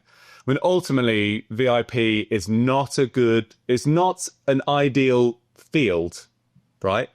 But because the Cotswolds are really pretty and lots of valleys and stuff like that, we have the fields that we're not hiding a field that's super flat, right? That is the field that is the closest and the easiest access to the main stage. There are no more fields. We actually had to get that field. We had to talk to a different landowner that owns Upcote Farm. You know, so it was really hard to move VIP where they were previously in the slopiest field ever. So if anyone's never been to I don't know, what year was it, James? 2019 or something like that? Yeah, maybe it's pre-COVID probably. Yeah, we moved it. The field you used to be in was slopier than the one they're in now. But anyway, it was too busy, so we moved. So we wanted to move the parking. So the difference between the plan of are we going to move the parking and how we move the parking is the difference between me going, I think we should move the parking, and us spending 6 months arguing about it, and then finally going, fuck yeah, we should move the parking because last year was wet and the parking was in that field and we just about got away with it. And the one thing that people really, really hate is when they want to leave a festival and they're stuck in the mud. So we moved it to the parking fields. So what you've got now is a what? So there's a quote. It's like it was not a short distance. It was a 15-minute walk. Was my quote that I took out from the complaints. And I guess I would argue that in festival terms, a 15-minute walk is actually short. Now, relative to the walk last year, which was I don't know, what was it, a 4-minute walk, 3 or 4 minute walk? That's quite long, but it's not I mean, Gav, James, what big festivals you've been to when you walk for fucking an hour to get to where you want to go? Yeah. I mean, we're on the fucking backstage guest list at Download now, aren't we? And it's an hour. It's an hour from the taxi rank to the fucking backstage bit. I don't think it's even I think these complaints are legitimate about the parking, but it's not even 15 minutes. So there's no way that is a 15-minute walk. And what, like, okay, 'cause the bit that I saw, which actually reply, I didn't think it was correct when somebody said on Facebook with James's explanation in the live pod that it just wasn't communicated well. The comeback on our YouTube thing was, I don't believe you because you were still... The reason is you didn't want to actually still wanted to sell your VIP tickets. But am I not right in thinking that the VIP section is the bit that sells out quickest? And by the time that decision made, you weren't still selling VIP tickets to the very end, or were you still selling VIP tickets to the very end? No, VIP. I mean, Facebook will have a record of when we sold out. We weren't selling to the very end, but there's a lot of production like conversations that go on. What does it actually even mean to move VIP parking, right? So you might move it. You might say, I want to move it. And then I have to talk to Brendan and go, who's to the parking team. What does that even mean in terms of how the cars then go out? So you've got suddenly you've gone from a 1-tier parking system to a 2-tier parking system. When they leave, who gets priority? Because they're at the front of the car park, but that fucks them for leaving the car park. So how does the staffing do that? I suppose to play devil's advocate, the ticket buyers, like, I don't care about that situation as such. What I wanted is what I bought is to be beside my tent, the 3-minute walk, as you say, that's now 5 minutes. So you've done it now. You've had the complaints back in. You've absorbed what happened that weekend. Is this something you're going to stick with for next year, or is it something you're going to revisit? No. Well, you know, I am, unfortunately, I don't make all the decisions because it would be a much better festival if I did. But if it were to me, the thought process is this, right? Is that yes, you're and there's something. He should be a politician. This is a politician's answer now. But I miss something in the nuance of different customers, right? That's important to say. So I think that as an able-bodied person, that 15-minute walk is worth walking and then more camping space, and then I'm closer to the things that I'm in and out, into going to the arena and coming back to my tent. Because there's a lot of going back to your tent in festival life, which is super important. And that time you spend going back and forth to your tent to get your cans, which we let people bring in, don't forget. is important. But what I forgot in that is that some people with accessibility needs were using VIP.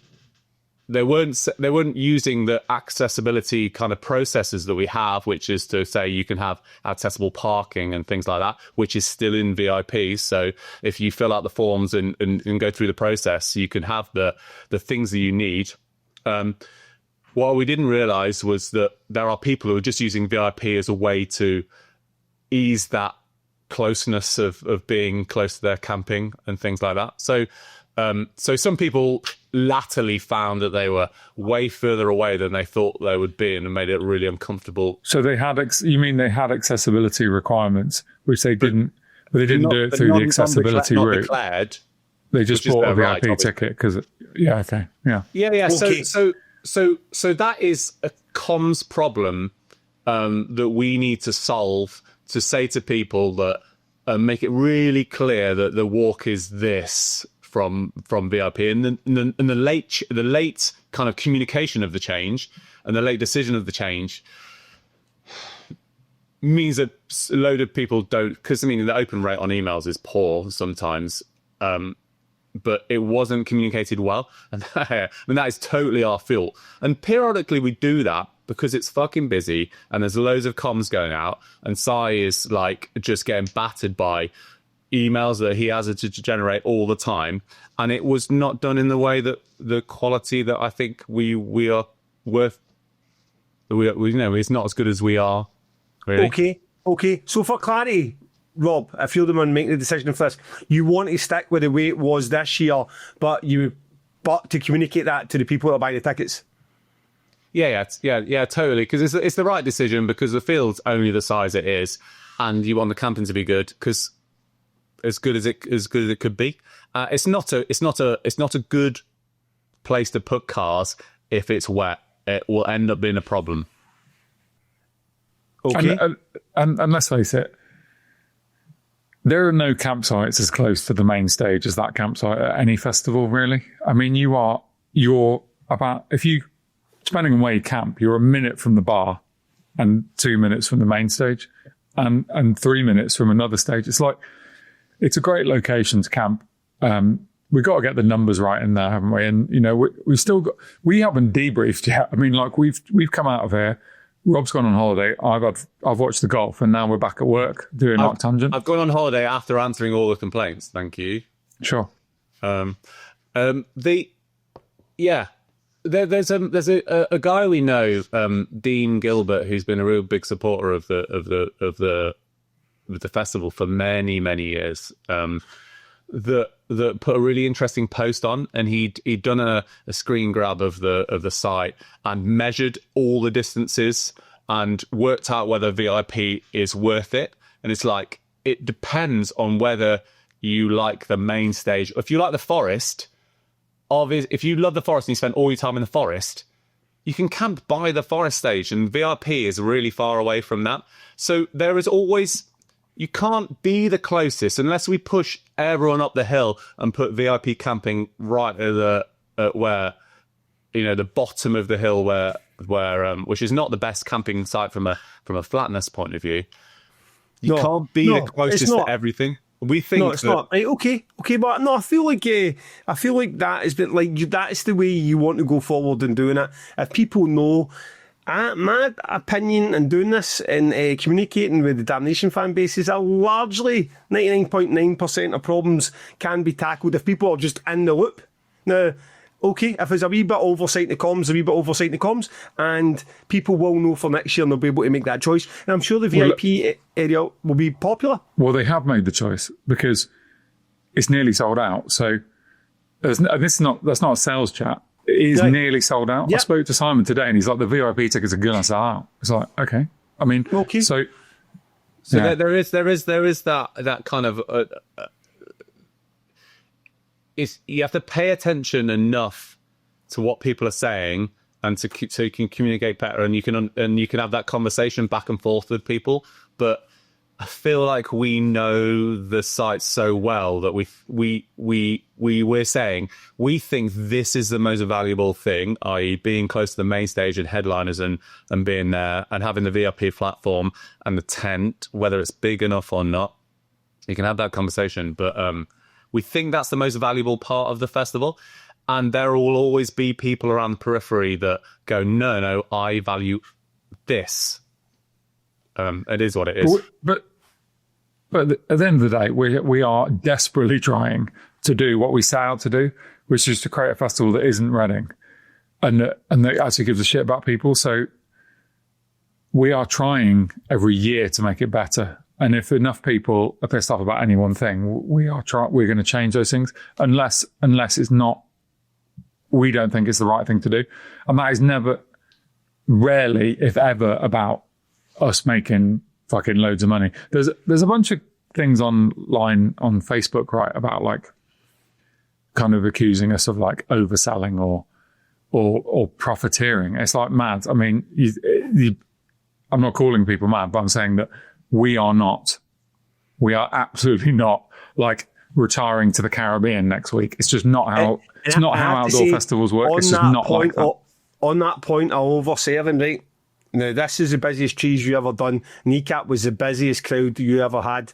I stood not far from the main stage for the first half of that with my daughter on my shoulders and my son beside me in total safety and comfort in a crowd, but with space in the crowd. And then I went back 40 yards again to beside that paella and Weston's bit and stood in acres. There's a video of it. I have my Charlotte, my 7-year-old, on my shoulder with a flag, and we're running around in circles.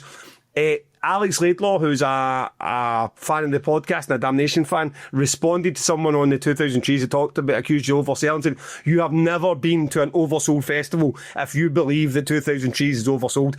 Once you've been to an oversold festival, you know what it's like. You know when you are. Even sometimes a festival just sold out and people are using the space, or there's been bad planning and you're crushed into spots and you can't get anywhere. Trees, I don't know your final ticket numbers. I don't know how much you can get there. It is not an oversold festival. I could get to wherever I wanted in general population without using any wristbands for VIP access anytime I wanted in any tent, and especially at the main stage, at the busiest that main stage has ever been. So that is utter nonsense. Whatever legitimate complaints get made against 2000 Trees, whatever ones are genuinely addressed, it was not oversold. Can I think it's a really good segue into some of the other VIP complaints, because really what we're talking about is how people behave in certain like environmental situations, right? So would you believe that the number one complaint was shade, right? Well, I suppose I would. It's ridiculous. I suppose I would, because I was at points going to write an email complaining about shade. Yeah. So actually, the complaint people complain about shade, but the complaint isn't shade. The complaint is shade is in the wrong place, right? So if you could put every single person in the entire site under cover at trees, right? But that would also mean they're in the Axiom when there was no one in the Axiom, or they're in the forest when no one's in the forest, and there's a lot of people in the forest, or they're in the Weston's bar under the tree, or the sycamore tree that's in between the cave and the Axiom. There's a lot of shade at trees, but not at the main stage, right? It just isn't the main stage. And if you wanted shade at the main stage, all that would mean is the people further up the hill wouldn't be able to see the main stage. So there isn't an obvious solution. No, for there shade. isn't. It's not. There isn't, is there? Because if it rains, people tell you should have more trackway, and if it's sunny, they tell you should have more shade. And the reality is, people want their ticket prices to be reasonable, and no festival, none of them have done either of those things. When it rains, it will be muddy. When it's sunny, you will get the sun on you. And you can say as much about shade as you like. I mean, James made in the last. Sometimes the hottest bits of the festival, when it's the sun is at 35 degrees, is in the tents. I mean, it's like, okay, I am now at direct sunlight, but I am now on unbearable heat where I feel like I can't get a breath. Yeah. So I've got a quote. Do you want to see? I've got a quote. So, given the heat and the pre-warnings about heat across social media and the obvious pre-knowledge that it was going to be so hot, more shade should have been provided across the sites, but especially the main stage. Right. So I want to explain. I think it's worth. There would be plenty of people on here who've listened for a long time, who know how long before your festival you have to order production stuff, right? Rob, but even still, before you go down that rabbit hole, what does it mean? There should be more shade at the main stage. What does more shade look like? Are you putting the main stage in a tent? How are you, like, the world in the sun, right, is moving around. Like, what are you doing to create, are we putting up lots of harps? How could you shade people at the main stage, which is on a slope down to the stage, without blocking the view of the people behind? So wherever you put that shade, it's going to eventually block the view up the hill. So there's legitimate complaints about people's experience. No, not legitimate, but there are experiential complaints where people are having a fucking miserable time, right? And they don't know that. They don't know any of the stuff that we're talking about. So those complaints come in, and you have to explain those things to them. And we understand that, don't we? Because the three of us are dragging under 10-year-olds around a festival, and they're desperate for fucking shade. I get it. No one's saying we don't want shade. I wanted shade. My favourite complaint was actually, it's not on the list, but was there wasn't enough breeze.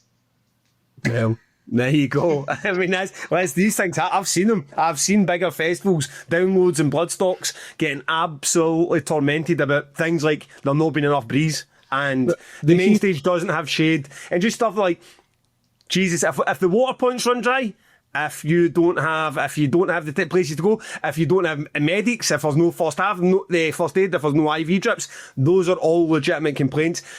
The sun is in the sky. You're at the main stage. There is nothing can be done about that. Yeah, I mean, I think that maybe, if you were to be ultra critical, maybe we could have, we do pre-warnings about phone thefts, for instance, i.e. look after your shit. There are fucking bad people who come in and take things. Think about what you've got.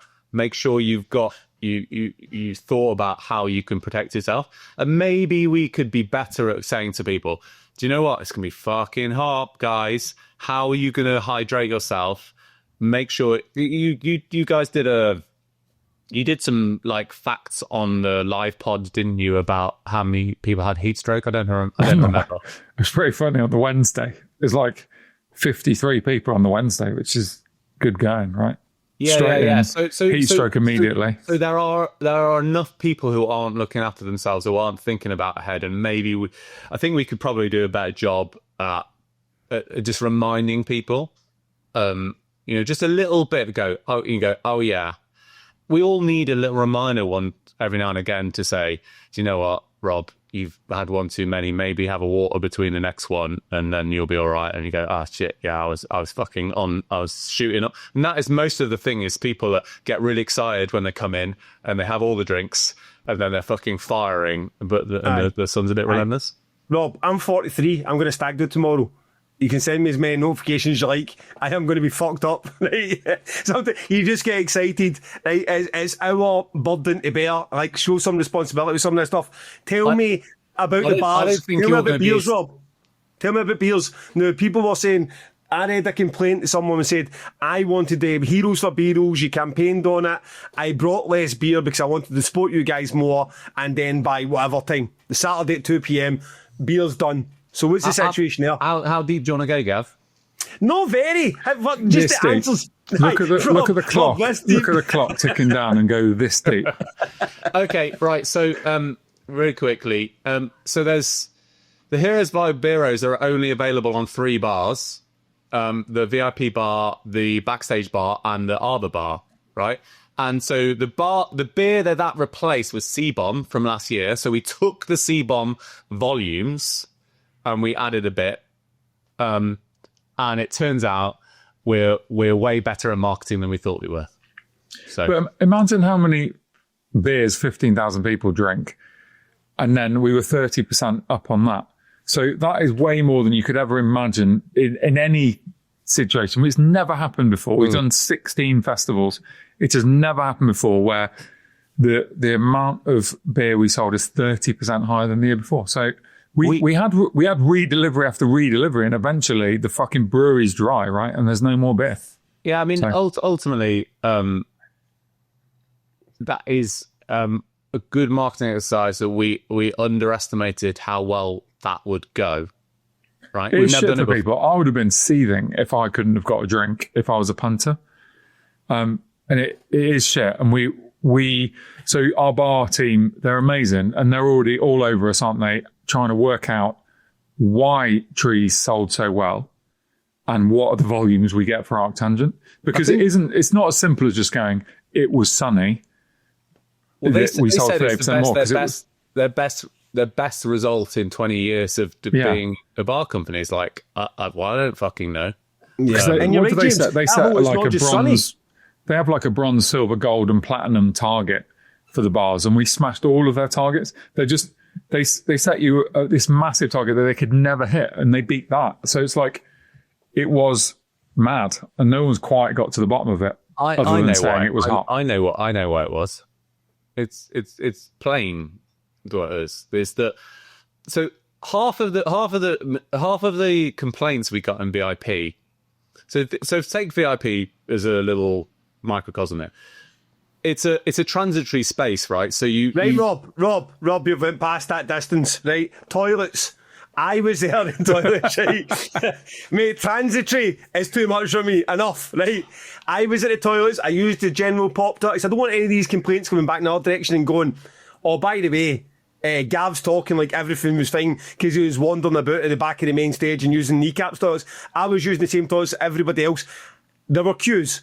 When I went to the toilets, they were always clean. There was always toilet paper available. I didn't see a real complaint with it. I didn't really see a real issue other than a short queue that we get at any festival to use the toilets. Why were there complaints about toilets, Rob? So there are spaces that you don't normally spend a lot of time in, right? Bogs. Yeah. So basically, because we look at the festival as in, how do I see as many bands as possible? Because bands are fucking cool, and that is why you're at a festival. That is what 2000 Trees is about, you know. Go and see as many festivals, and how do you get to as many bands as possible? It's fucking hot. I don't know if you noticed, Gav. It was hot. And so what happened was people were not moving. So basically they'd stay and they go, can I be fucked? You know, the walk from the main stage to the forest was pretty brutal, you know. I'm complaining about shade now.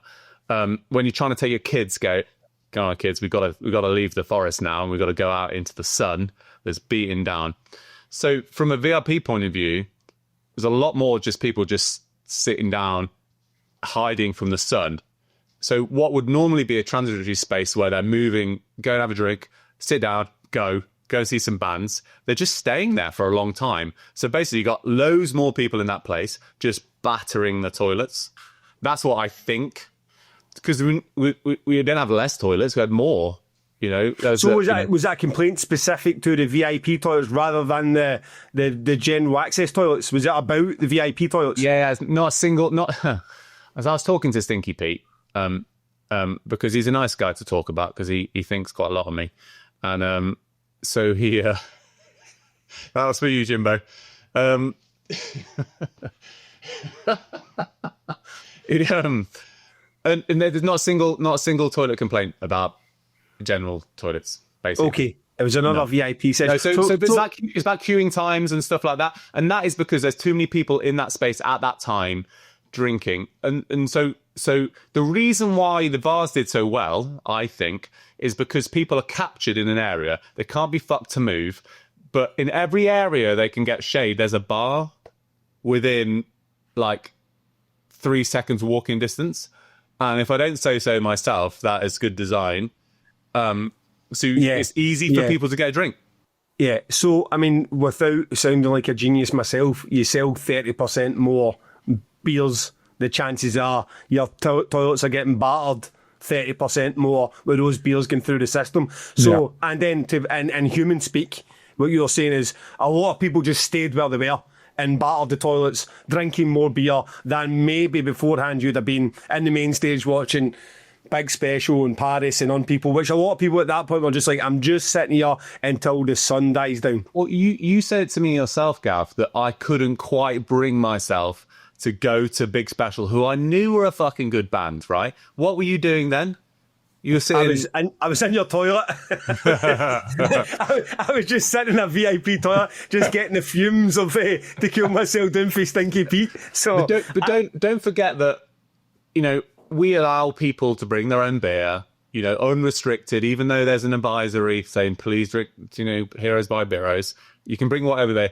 Every single person's beer was malton, literally undrinkable. You can't drink, I would drink a hot cider over a hot beer, but seriously, that was, not possible to drink too much. What I fucking love about Rob is that about 8 minutes ago, you told him to not go into the point, and he's just waited, and he's fucking still done it. He's got that. Right, talk to me. Right, listen, we are going to go on to questions soon. So firstly, I want you to talk to me about Wasps, and then you've got one last chance to talk about any complaints after that, because I want to do these questions. So tell me about the Wasps. Yeah. There's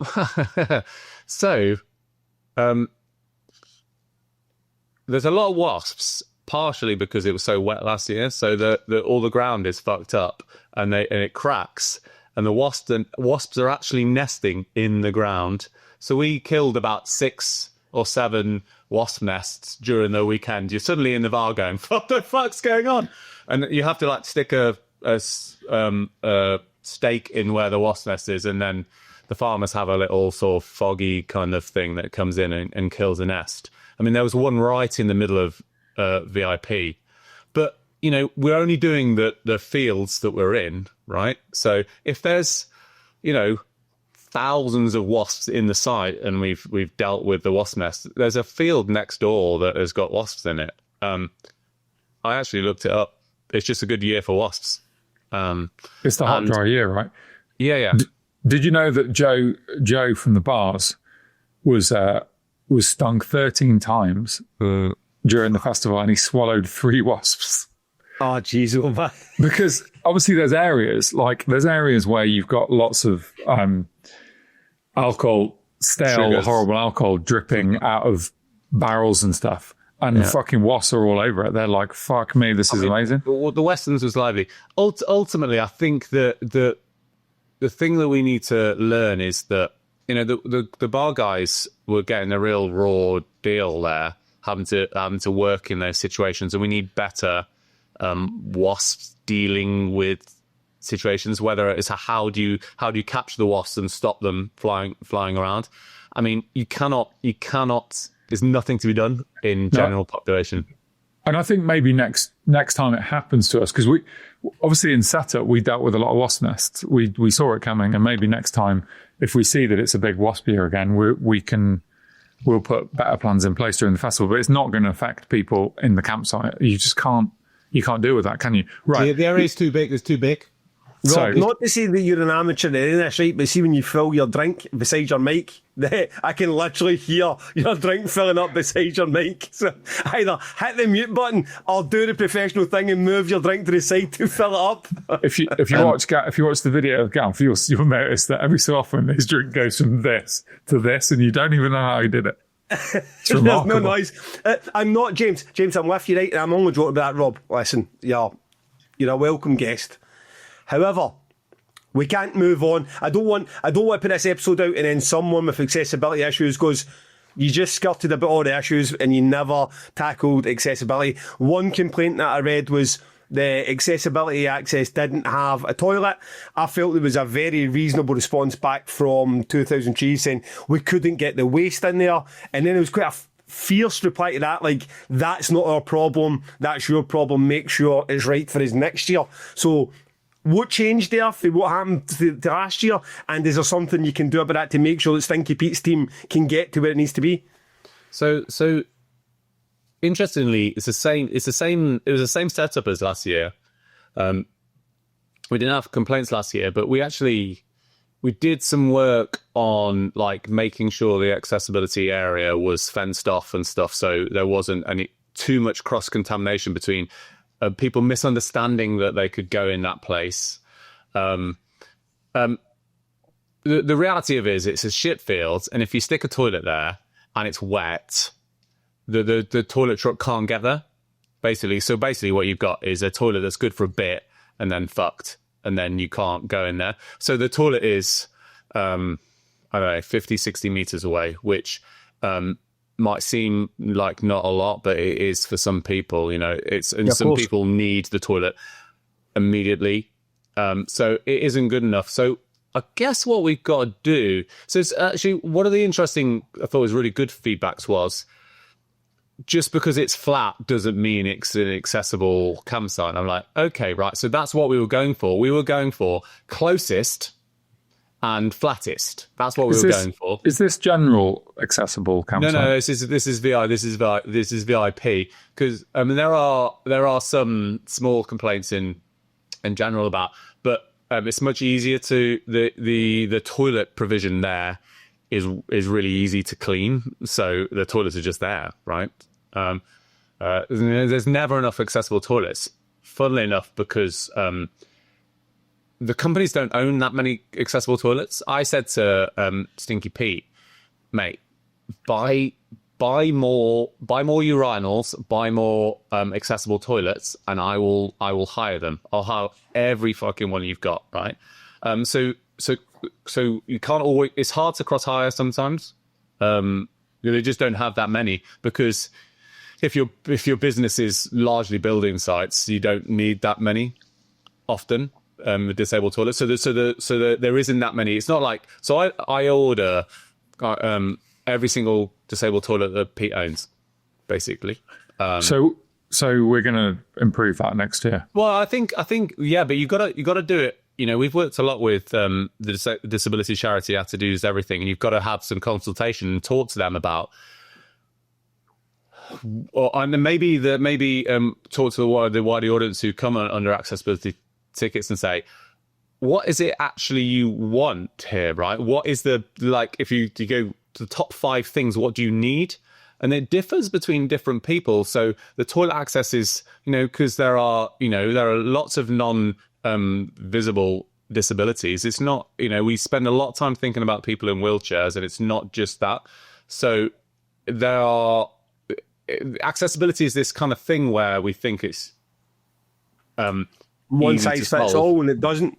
Yeah. So I don't know which person it was that had these problems, or the people that had these problems, but I think we need to have a consultation about how we actually fix that in VIP, because VIP, we're quite clear to people that VIP sucks as a field, because when you go into it, you've got to go down this big fucking slope and then back up the other side to get it. So there are nice parts of that field, but it sucks to get there. Sucks way more than general accessibility. So again, it's basically a comms exercise where you go to people, do you know what? Even though so there were people, I believe, that bought VIP tickets but didn't camp in VIP. So they stay in that, but they had the ability to go to the area and utilize the VIP facilities, like the bar and the things that are there. But it's complicated, right? So it's okay. But Rob, but you're going to do better. Is that what you're saying? I mean, we want to do better. So if you talk to us, we will talk to you. Okay. We're having quick P stop 2 and then straight into the questions. And we're back. Rob, sorry, you've got one more thing to say about the complaints. Yeah. So there was one really interesting complaint about accessibility platforms, which was essentially that the better we do on accessibility, the more accessible people who need accessible things come, and so the platforms are busy. So we've got we asked people, anyone who has a need can have a personal assistant to come with them for free, right? Which I think is a good thing to do, and we should be doing that. But those people take up space on the platform. So we have this thing is like, if you don't need if you don't need to be there, can you please leave so someone who can go on there? And there were some complaints about the manner in which this was dealt with, i.e. how sensitive you are about it. So we got to do some work and talk to the, these are volunteers who are going on to say to someone who's a PA, do you need to be there? Please prove to me that you need to be there. And actually the whole thing about working with attitudes, everything, is that people fill their forms out and do the proof bit beforehand, and they never need to be asked about stuff. So I'm going to look at it and try and fix it. But it's a tricky one because some people want to be on the platform, some people need to be on the platform. So a guy said to me, I don't really need that person there, but if I fall off my chair, then I fucking need that person to be there. So we're gonna deal with that. I completely understand it now. Like, I've obviously got my own insight with it. We put 3 accessibility platforms in Damnation with no requirement to. It's all accessible. It's all flat. I do it because I feel like it's the right thing to do. And then I've also seen how spicy, as James might call the situation, it gets when you get people who have got access to that platform turning on other people who have access to that platform. So where you get someone, maybe a wheelchair user or on crutches, looking at the person to their right and being a bit like, you don't. And again, you're a bit like, you're coming to this as an able-bodied person trying to be open-minded, but it's saying, look, we're not going to start quizzing people on the way up the ramp. If you tell us you need the access and you need the wristband, we're going to allow it. So then it's a bit like, oh, you put chairs up there, but that chair's getting in the way of the wheelchair or my crutches, or someone's taking advantage of it. And it just becomes its own, it's a very, very difficult conversation and a very difficult thing to navigate. But we try, especially at Damnation, we try our best. And I hope people recognise when you get to the platforms there, that's not even required by like the venue itself already met the requirements. We're doing that because we believe that the people with accessibility needs should be able to have a bit more comfort and come to Damnation and enjoy it. But it's never easy in the conversation. Almost like the further you go in to the conversation, the more nuance it is, and then the more difficult it is. Because again, that whole sort of what you learn quickly is one size does not fit all. I mean, as you made that point, just because one person's accessibility needs is, I need to be closer to the main stage, the other person's accessibility needs could be nothing to do with that. The important, the thing I really got from Attitude is Everything, the fucking brilliant charity, support them if you can, is that you basically, your attitude, you trying to get better. Try and get better. That's all that you require, is get better, listen to people, and then that'll be fine.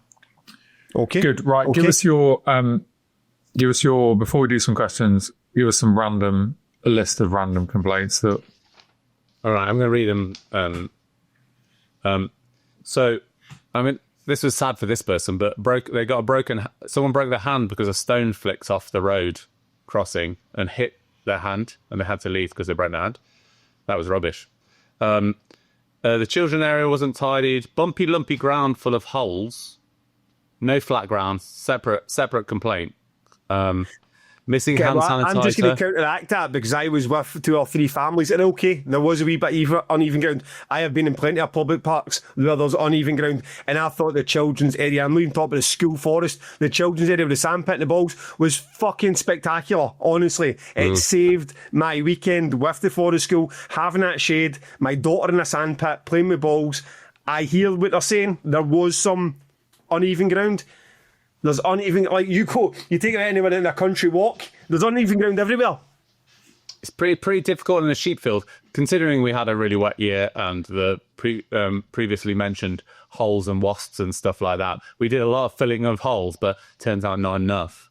This is my favourite, a bag of cocaine next to the kids area. It's not cool, is it? No. Someone's had a bad weekend. Someone's had a really bad time. I told Charlotte, if you're going to do that, keep it away from other kids. Yeah, she's wild, that girl, isn't she? She is fucking wild. She was probably dealing. Yeah. 3 more. Lack of festy trikes baggage carry, which is basically when you arrive, there's someone with a little trike who can carry your baggage with you. I was really confused by this complaint, but turns out they had a car problem and they didn't arrive on the Wednesday when fucking everyone arrives wanting you to carry this stuff. That's pretty annoying because we did the thing, but they weren't ready. Sitemaps not released alongside tickets, which people think that's a thing that's possible, but we've released tickets the day after, and to release the map alongside tickets would presume that I know what the fuck that it's going to look like next year, which I don't.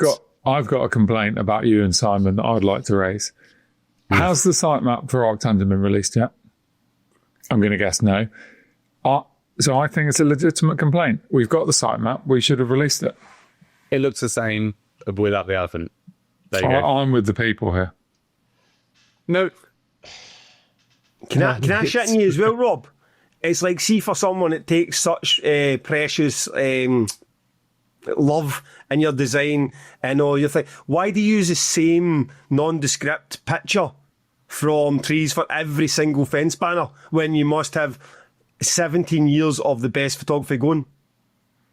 I mean, you've shown your lack of experience there, Gavin, actually, because what? Fuck me.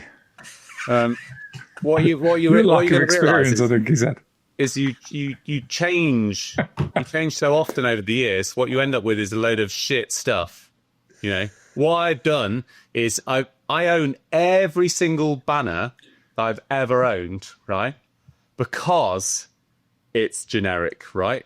And it creates. You don't look at the banners. You look at the whole, right? This is the designer here, and what that really means is that I've saved the planet. Right. So I think he's probably right there, Gav, to be fair. Listen, I am right. These are the questions, right? We are now breaking all sorts of two promoters, one pod rules. Fuck's sake. In terms Only of because how Rob's here. Jesus, trying to get an answer in this bastard. Every time you try to make me be quicker, it's like, why would I be quicker? I quite enjoy this. Right. Well, Gav's got a stag do to get to. So here's some questions. Quick fire answers. Some of these won't be quick fire. The first ones are Daniel Singleton, our good friend Daniel Singleton says, what's the most baffling booking that James has ever made? Hyperpop. Okay. Any particular you can't? I want to quickly tag in. So the whole baffling, James mentioned the last podcast that he wouldn't fancy Placebo for a Trees headliner, and it's went down pretty poorly. There is a lot of serious devoted Trees. Old fucking bastards. There's a lot of serious Trees devotees that have been out, including Luca Power, who you mentioned earlier, and other that said that Placebo would be the perfect Trees headliner. How do you feel about that? Have you ever heard of a band called Placebo, Rob? James and I saw them at Metallica's big day out in Milton Keynes in what year, Jumbo? I don't know, but you actually like Placebo a lot more than I do, don't you? You used to be quite a Placebo and actually, they only have 2 good songs, and they both sound the same. Okay, so that's why Rob doesn't do the bookings. Daniel Hay says, what's the most James has ever been wrong about something on the podcast? That's a good one. I mean, like I said before, that if James talks about anything that's not music, it's automatically wrong. So he got the beer name wrong. He got the fucking fancy dress name wrong, even though they're entirely linked. And the whole plan was to link them. That, you know, the whole Dusty Springfield holding out for Hero was fucking wonderful, and he fucked it up.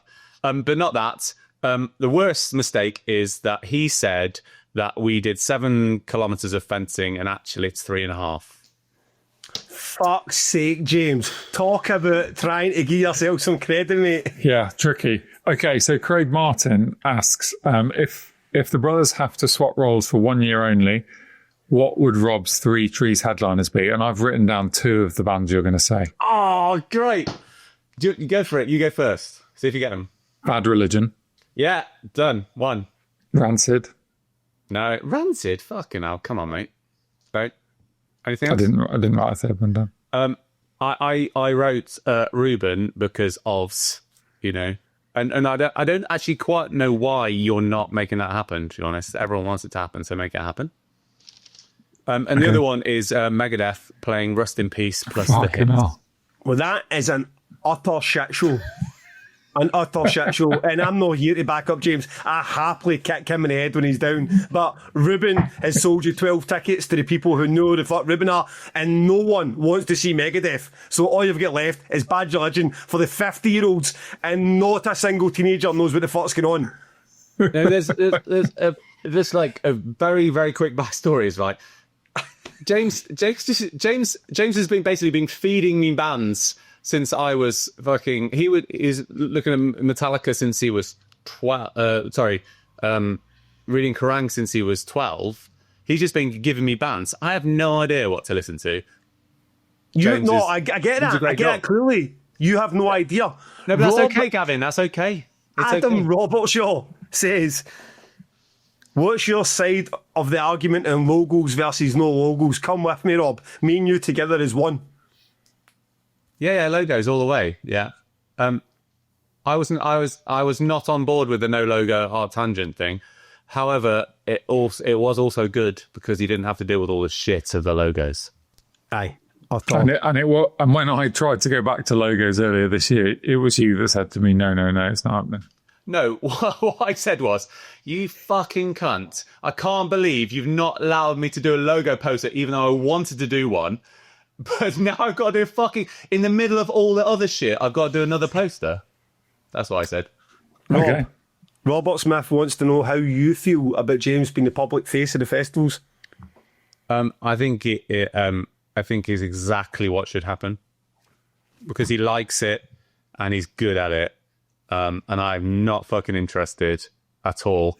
And it's perfect for both of us. Okay. Good. Okay. Dominic Meeson, our friend Dom, says, I have two brothers and the idea of working with them in any capacity, let alone in complex and stressful situations, would be an absolute nightmare. Do you ever have brotherly squabbles you have to walk away from? And this was one of about 1,000 questions about us having a fight that people asked on Facebook. I think that they used to be the case, but increasingly not, because we're quite aligned, and James doesn't have too many opinions on some of the design stuff because he trusts me, and I don't have any opinions on the music because I trust him. And even though, I go, what the fuck? I call him up and go, what the fuck is Baby Lasagna? What the fuck is it? You know that he's doing things for a reason mostly, and it will be good. So yeah, it's not. There are no squabbles anymore. I know we're shooting for these quickly, but fair play to all 6 of you. I have tried 2 businesses, one with 2 of my best friends buying 2 tour buses that ended in total fucking chaos. And I started a tattoo studio I invested in a tattoo studio with my aunt, and it didn't go great either. So my experiences of being with friends and family in any sort of business environment isn't good, and I won't do it again. So well done to the 6 of you for not killing each other over the last 17 or 18 years. But part of it would be because James and I played in bands together, so we spent a lot of time in bands. Oh, we using bands? Yeah. What were they called? Fuck you, Gaff. So James one Clay. Secret. So one thing. James Clay, our good friend James Clay, has a question. This is a bit like the pony, Gav. If you want to chat about ponies, then let me know. Is it about mammoths or not? James Clay asks, do you feel differently about the 2 festivals? I think this is a great question, actually. I don't know the answer to this. Yeah. Do you feel differently about the 2 festivals? And if so, in what ways? ATG doesn't have your name over the door. So are you a bit more relaxed about aesthetics and budgets? Just to give some backstory there, from my side, I think the reason Rob wasn't an original founder of Arctangent was because I wanted to preserve our brothers thing and not fucking end up doing too much together and falling out. And I now regret that decision. And Rob is now fully in, like he's an owner, although he isn't an owner. But he in all but name is one of the people that runs Arctangent, just like he does Trees. So how do you feel about all that? If you'd asked me 2 years ago, I would have said that, I like Arctangent, but I don't really care that much because I wasn't involved. But we've just been through the rebranding exercise, and it makes you pay attention to to what it is and the people that are involved in it. So I mean, 2000 Trees is like your baby, but Arctangent feels like an adopted child that I'm, fully into. Arctangent in many ways is way more fun for me than Trees, because Trees I'm too invested in and too serious about, and things stress me out in a way that Arctangent doesn't. Arctangent is fucking fun. And no kids, so we can run around like lunatics. Yeah. The kids are getting older, so they kind of want to come to shit now. So I'm a bit worried about that thing. And what about, quickly, just about the music? What tickles your fancy more? Where James books the Tree style or the Arctangent? So I would listen to Trees at home, but I'm way more excited by the Arctangent stuff. Do I spend a lot of time listening to Callous Down Boys at home? I fucking don't. But Jesus Christ, they are unbelievable. John Connor and LLNN. There are some nuts bands that, I think it's a privilege in many ways to just like someone to just give you things all the time, new things you go, and your brain's just going, how the fuck do I deal with this stuff? It's super. And I try and like, I was texting our friend Tom saying, about Yard Silent Disco, this year, going, that's our new John Connor. We're going to meet. Let's go to fucking that. And it's not something I'd listen to at home. In the way the Trees, I would listen to lots of the stuff at home. The ATG, for me, ATG Silent Disco is way more exciting than Trees one, because you get some fucking real crossover into the dance stuff. Fucking exciting. Yeah. No, well said. There is a Snog, marry, kill, but who does these things? Come on, mate. We've already had your perverted brother trying to get Tom Beggar to do it. My answer's a prep. If your answer's prepped, let's do it. Yeah. I think it's Shag, marry, kill, James Gavin, Tom Begley. I thought it was Snog, marry, kill. But does it make a difference? It does. If you snog someone or shag them, Jaff, it makes a fucking difference. Mate, not in Glasgow. My answer would still be the same, actually, to be honest. Hey, go for it then. Go for it. Begley's dead. Fucking dead. I'm going to snog you, Gav. I'm going to marry my brother. Why are you killing Begley? I mean, I think he just deserves it, basically. He's got too much love. He forgot who Rob was once, and Rob has never forgiven him. Oh, my God. I mean, there's more than that. No, let's just... We're uncovering some mad beef between Tom Begley and fucking Rob Scarlett. Listen, right. I mean, I could go back and kill one of you guys, but I don't think it's worth it. Let's quickly, before we wrap it up, talk about Arctangent. So it's coming. It's around the corner. We're going to be there in 4 days' time. What is there anything you're looking excited to? Yeah, any bands you want to mention? What are you feeling? How you feeling? ATG wise. Adabisi Shank. That's what I'm excited about. That's fucking super excited. So you tell me, Jambo, when did they break up? I think they played Trees in 2012 in the wet year, didn't they? Or maybe 2013. Yeah, and then, something like that. They broke up soon after. Basically, they haven't been a band. ATG started in 2013. They are an ATG band, not a Trees band. They have never played ATG. And I've been asking them to reform since 2013. Gav, have you ever got into a band and then they suddenly, you see them and you kind of quite like them, and then suddenly they break up, and then you realise they're one of your favourite bands of all time, and then they fucking break up and you can't see them, and then they come back? That is how I feel about them. I feel like it's been a couple with me. There's a few ones where I've been like, I like Battle on Ice would be a good example. I never seen them anyway, but I never get a chance to see Julie Christmas with Battle on Ice, which would always be fucking great. Tell me this, Rob, I really want you to win me back, right, in this pod. Tell me about We Lost to Sea.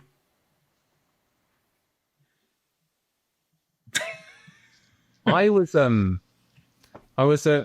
walking. Are you in his weekly Virgin Club where you all play albums, got a book club?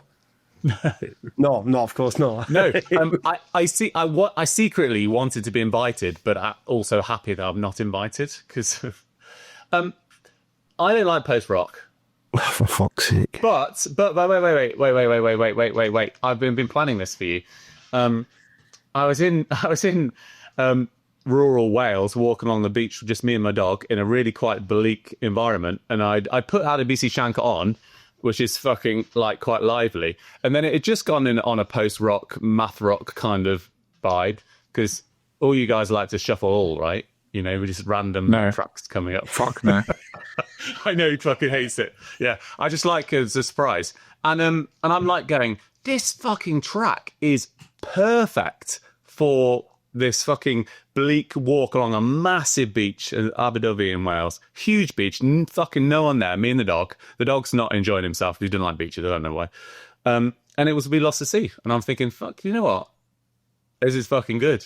I like this. There you go. But will I like it in a tent when I'm fucking paying attention, or do I need to be on a beach thinking that it's going to rain? I don't know.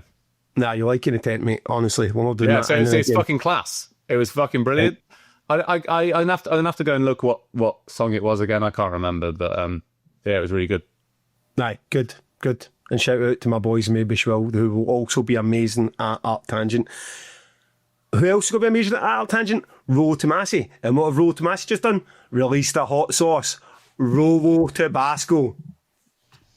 Unbelievable. I want this. Smoky, fiery, Chipotle. They were announcing that, right? Chipotle. Fuck, I'm not here to help you. And I'm still recovering from Blue Oyster Club last week. It's that, mate. Get yourselves involved. He's still got all his heavy hitters are there. His original award-winning hot sauce, his barbecue bathwater, Thai, my darling toffee apple, all available. Pod 15. I'm not sure if we said earlier pod 10 if you want any your ISO merch. Pod 15 because Lou's got that extra 5% generosity. Go and get yourself some hot sauces. I'm expecting we're going to hear about this Art Tangent sauce at some point. I think it's coming. I believe it's coming. Rob, have you ever tried a Lou's Breeze sauce? He's a City fan. I can't do it. He is a City fan. That is a problem.